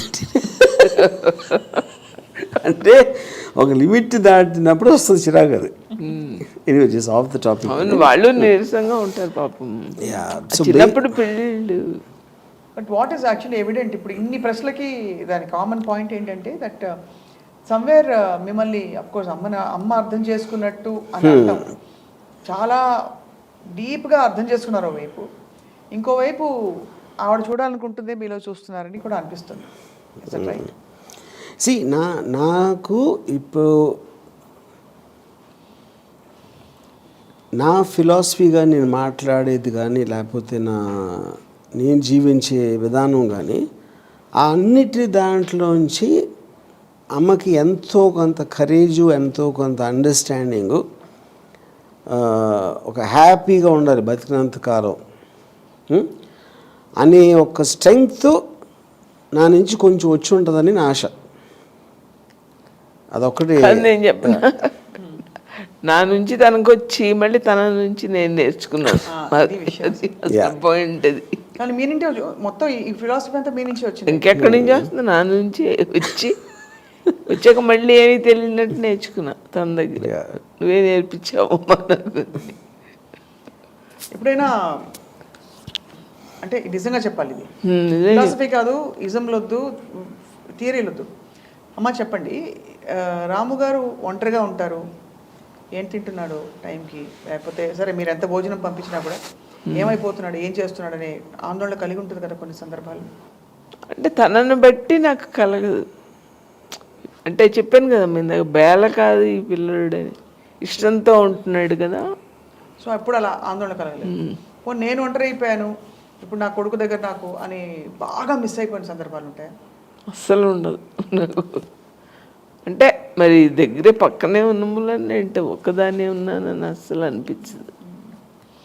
So sometimes it feels sir that మీరు do you ever worry and wonder, మీరు ఇందాక చాలా క్యాజువల్గా చెప్పేశారు ఎవరు ముందు వెళ్ళిపోయినా కూడా రెండో వాళ్ళు చూడకూడదని, but do you ever worry and wonder అమ్మ ఆరోగ్యం గురించి? బికాజ్ నేను విన్నది అమ్మకి ఆరోగ్యం కొంచెం అటు ఇటు అయ్యి ఎక్కడైనా కాళ్ళలో నొప్పి వచ్చింది, ఇంకేదో వచ్చింది అని చెప్తే మీరు తట్టుకోలేరు, ప్రతి అరగంటకి రెస్ట్లెస్గా అడుగుతుంటారని. అది ఇప్పుడు ఇవన్నీ తీసేది ఓవర్ వృద్ధింగ్ అంటే ఇది. So I will just do my best what I can to get the best possible treatment are expert, ఇలాంటి దాంట్లో నేను చేస్తాను. కానీ నేను అంటే నేను వచ్చేసి కూర్చుని అలా ఎప్పుడు చేయలేదు.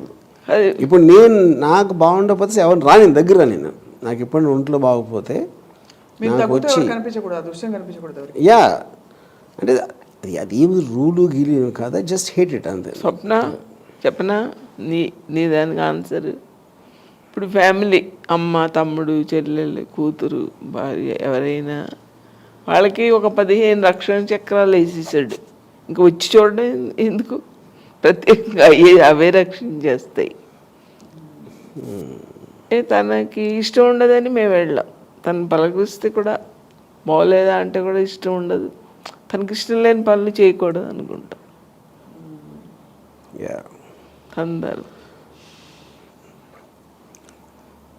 మనసులో ఏమో వాడు ఓర్పే వాడిని కాపాడు, తన ధర్మమే తను కాపాడుతుంది అలా అనుకుంటాను. రామరాజ్యం, రామరాజ్యం అని పేరు పెట్టా. చూసారా సార్? రామరాజ్యంలో స్వజనులు బాగుంటారు. విన్నప్పుడు ఏదో రకరకాల రాజ్యంలో సౌండ్స్ మైండ్ మీద లడ్డు పూటరే కదా, ఖుషి అయిపోతున్నారు. రామరాజ్యంలో స్వజనులు బాగుంటారు, ప్రజలు బాగుంటారు, తన పరివారం బాగుంటారు. దాంట్లో ఏమీ సందేహం లేదు. సో రామోయిజం గురించి మీ అభిప్రాయం చెప్పండి. చాలా అద్భుతం. అంతకంటే అది కూడా స్వప్న చేసిన మూలాలు. నా గురించి కాదండి, నాకు ఇద్దరు సమానమే. నీ వల్ల ఇలా అయింది, ఆయన వల్ల అని అలా ఇద్దరు ఉండాలి. అంటే ఇంత గొప్ప ఫిలాసఫీ ఈ తరం ఒక కల్ట్ అంటే ఒక ఇజం అయిపోయింది.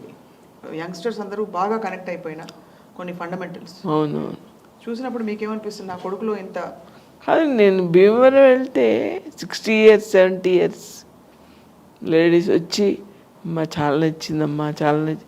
వాళ్ళు అసలు బయట ప్రపంచం అంటే ఏంటో తెలియదు, ఊరికే టీవీ చూస్తారు అంతే. వాళ్ళు వచ్చి చెప్తారు ఎంత బాగుందనమ్మా ఎంత బాగుందనమ్మా అనేసి వచ్చేస్తుంటారు ముందుకి. పెళ్ళిళ్ళకి అది వెళ్తాం కదా. సో అయితే మీకు మీ అబ్బాయి ప్రపంచానికి ఎలా కనిపించినా అమ్మ కంటికి ఎలా కనిపిస్తారు చెప్పండి, ఉన్నమాట చెప్పండి. అమ్మ కంటికి మామూలు తల్లిగా చెప్పడం లేదు, మామూలు కొడుకని కాదు. రాము నుంచి నేను నేర్చుకున్నాను, ధైర్యం నేర్చుకున్నాను. ఏదైనా పని అవ్వకపోతే తను అసలు ఎంత కూల్గా ఉంటాడు, అది మనకి తెలుస్తుంది కదా పని ఏంటో. ఎంత కూల్గా ఇంకా ప్రశాంతంగా అయిపోతాడు. నేనేంటి ఇంత చిన్న పనికి ఇలా అయిపోతానని తన నుంచి నేర్చుకున్నా. ఇలా కాకపోతే అలా చేయాలి అని ముందు మనం ఆలోచించి పెట్టుకున్నాం అనుకోమ్మా, అప్పుడు మనకంత ఫెయిల్ అయినా ఏమి అనిపించదు కదా ఒక పని. అవ్వకపోతే అని సడన్గా బాధపడడం అని ధైర్యం రాము నుంచి నేర్చుకున్నాను. పని కూడా ఇలా కాకపోతే అలా చేద్దాం, అవ్వకపోతే అంతే అవ్వలేదు. Just 2 points. Live your best and accept the worst. ఈ 2 లైన్స్లో ఉండాలి. మీరు ఉన్నంత వరకు సూపర్గా ఉన్నారు, అవ్వలేదు ఓకే నో ప్రాబ్లం, తర్వాత చూసుకో. ఇప్పుడు నేను కాంటెస్ట్ చెప్తాను. ఇప్పుడు సపోజ్ నేను పోయిన అనుకోండి, మా ఫ్యామిలీ ఏడుస్తారు అనుకోండి. కానీ నేను పోయినప్పుడు ఏదో పొరపాటున నేను ఏదో చేశాను. అప్పుడు నాకు స్వర్గం రంభ ఉరసి మేనక దొరికిపోయారు. నాకు రంభ ఉరసి మేనక దొరికిపోయారు కాబట్టి వీళ్ళు ఏడుస్తున్నారంటే అది చాలా తప్పు కదా. అప్పుడు ఏంటి, నా సుఖం చూసి వాళ్ళు కుళ్ళుకుంటున్నారా ఏంటి? సో నేను అలా చూస్తా. ఓకే లేదు, కానీ తెలియదు కదా, నేను నరకానికి వెళ్ళినా స్వర్గానికి తెలియదు.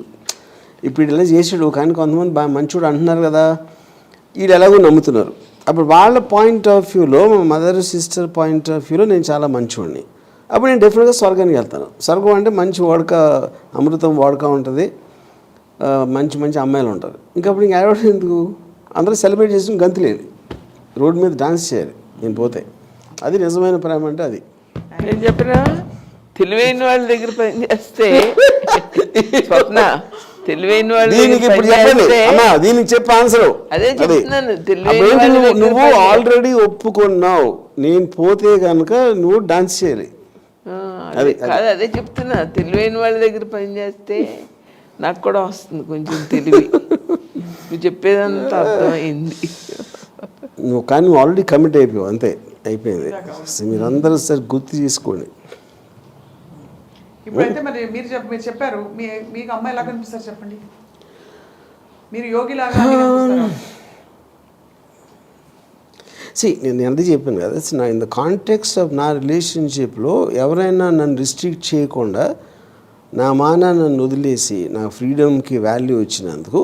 ఎందుకంటే ఆ కాంట్రిబ్యూషన్ ఆ టైంలో లేకపోతే నాకు ఇలా ఈ జర్నీలో వెళ్ళటానికి ఛాన్స్ వచ్చేది కదా.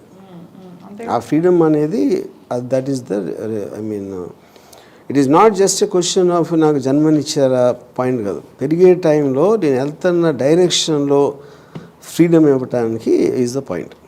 అలా అవన్నీ ఇచ్చారు కాబట్టి వాట్ యా అంతే, ఓన్లీ దట్. కాబట్టి వాట్ అంటే అందుకనే I value her in my life. అది యా జన్మనిచ్చినందుకు ఇవ్వను నేను. యా ఎందుకంటే జన్మ ఎవరు కూడా ఒక పర్టికులర్ పర్సన్ని పుట్టించడానికి ఎవరు చేయరు. పెంచటం అనేది దట్ ఈస్ కంప్లీట్లీ డిఫరెంట్.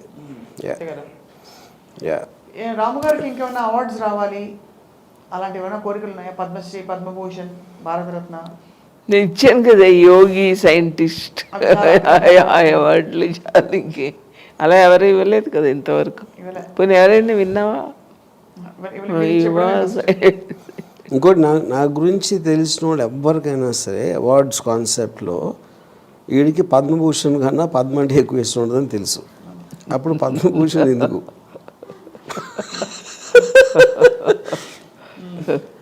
పద్మని అయితే మా అమ్మ ఇవ్వలేదు, అందుకని నన్నే ఎత్తుకుంటాను వదిలేస్తున్నాను. నన్ను గొలుసు ఇప్పేసినాడు, నేను ఒక పిచ్చుకోక అని వెళ్తా రోడ్డు మీదకి. పిచ్చికొక్కని వదిలేయాలనే సత్యం మా అమ్మకి తెలుసు. వర్మ గారు వారసులు ఎవరు? రామా ఎందుకు ఇద్దరు ఉన్నారు కదా అమెరికాలో. పిల్లలు వేరు, అలాంటి పేరు వారసులు, భావ వారసులు, దర్శక వారసులు, అది కూడా వాళ్ళే. అంతేనా? నిరంతర ఆద్యంత వీళ్ళిద్దరేనా? వాళ్ళిద్దరే. నాకు చాలా హ్యాపీగా ఉంది. అంటే తనకేం తెలుస్తుంది నా హ్యాపీ? తనకి ముందు మనవరాలు పుట్టినప్పుడు తెలుస్తుంది.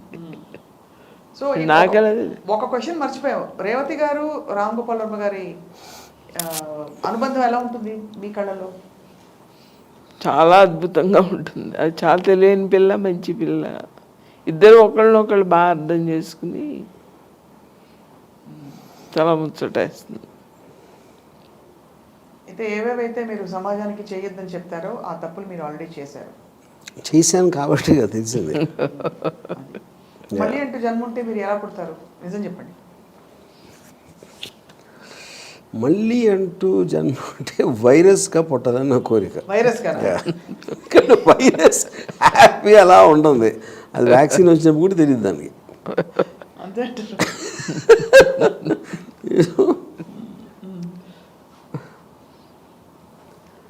So the point at the end of the whole thing is I still want to say relationships are dangerous. దానికి ఇచ్చిన దీనికన్నా వేరేది ఎక్కువ డ్యామేజ్ రావడానికి ఛాన్స్ ఉంటుంది.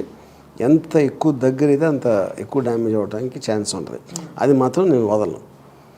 సో ఇవన్నీ పెరిఫరీలో కమిట్ అయిపోయాం కాబట్టి ఇంతవరకు ఓకే. ఇప్పుడు నేను పేరెంట్స్ని పిల్లలు పుట్టించకూడదని చెప్తాను. ఎందుకు చెప్తాను అది?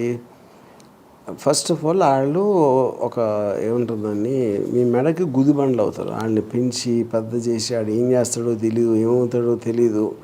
మళ్ళీ మిగతా లైఫ్ అంతా దాన్ని రిగ్రెట్ చేస్తూ ఉండాలి. ఆ ఛాన్స్ తీసుకోవటం అనేది మీనింగ్ లేదు. అందుకని ఇప్పుడు నాకు అంటే అప్పుడు మీ అమ్మ నాన్న అలా అనుకుంటే, మీ అమ్మ అలా అనుకుంటే నువ్వు పుట్టివాడువా అంటే, ఇప్పుడు మా అమ్మకి చేసిన తప్పు నేను చేయడం లేదు కదా, కానీ నేను చేసా ఆల్రెడీ. కానీ అట్లీస్ట్ భావితరాలు చేయకూడదని నా చిన్న ఉచిత సలహా.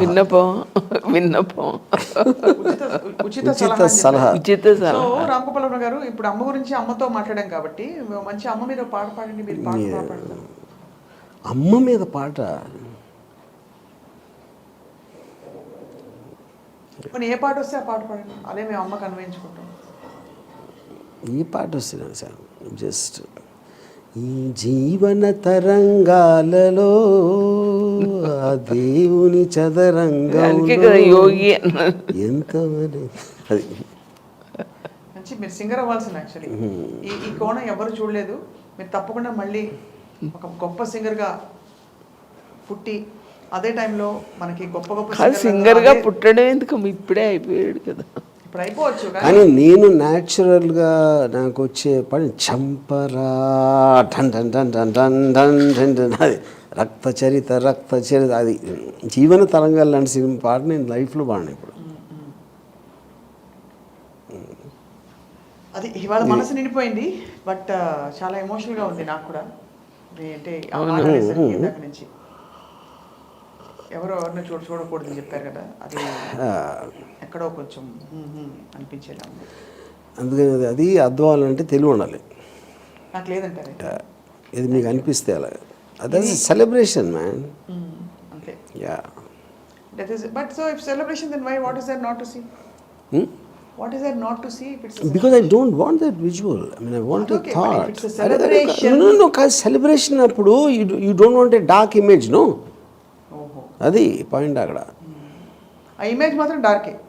యా ఐ థాట్ ఇమేజ్ నేను పోయినప్పుడు మా మదర్ డాన్స్ చేసేసింది అనుకోండి మ్యూజిక్ తోటి. ఎందుకు అరే మావాడికి రాంబాజీ మ్యాన్గా దొరికారు వచ్చి అంటే అప్పుడు అది నిజమైన కాంప్లిమెంట్ అది. అంతేకాని వాడి మనసు ఇది వాడు ఎమోషన్ ఉంది అది కాదు. అంతే అంటారు. యా అమ్మా మీరు ఒప్పుకుంటారా? అయిపోయింది కమిట్, ఇంకా వద్దు అంతే.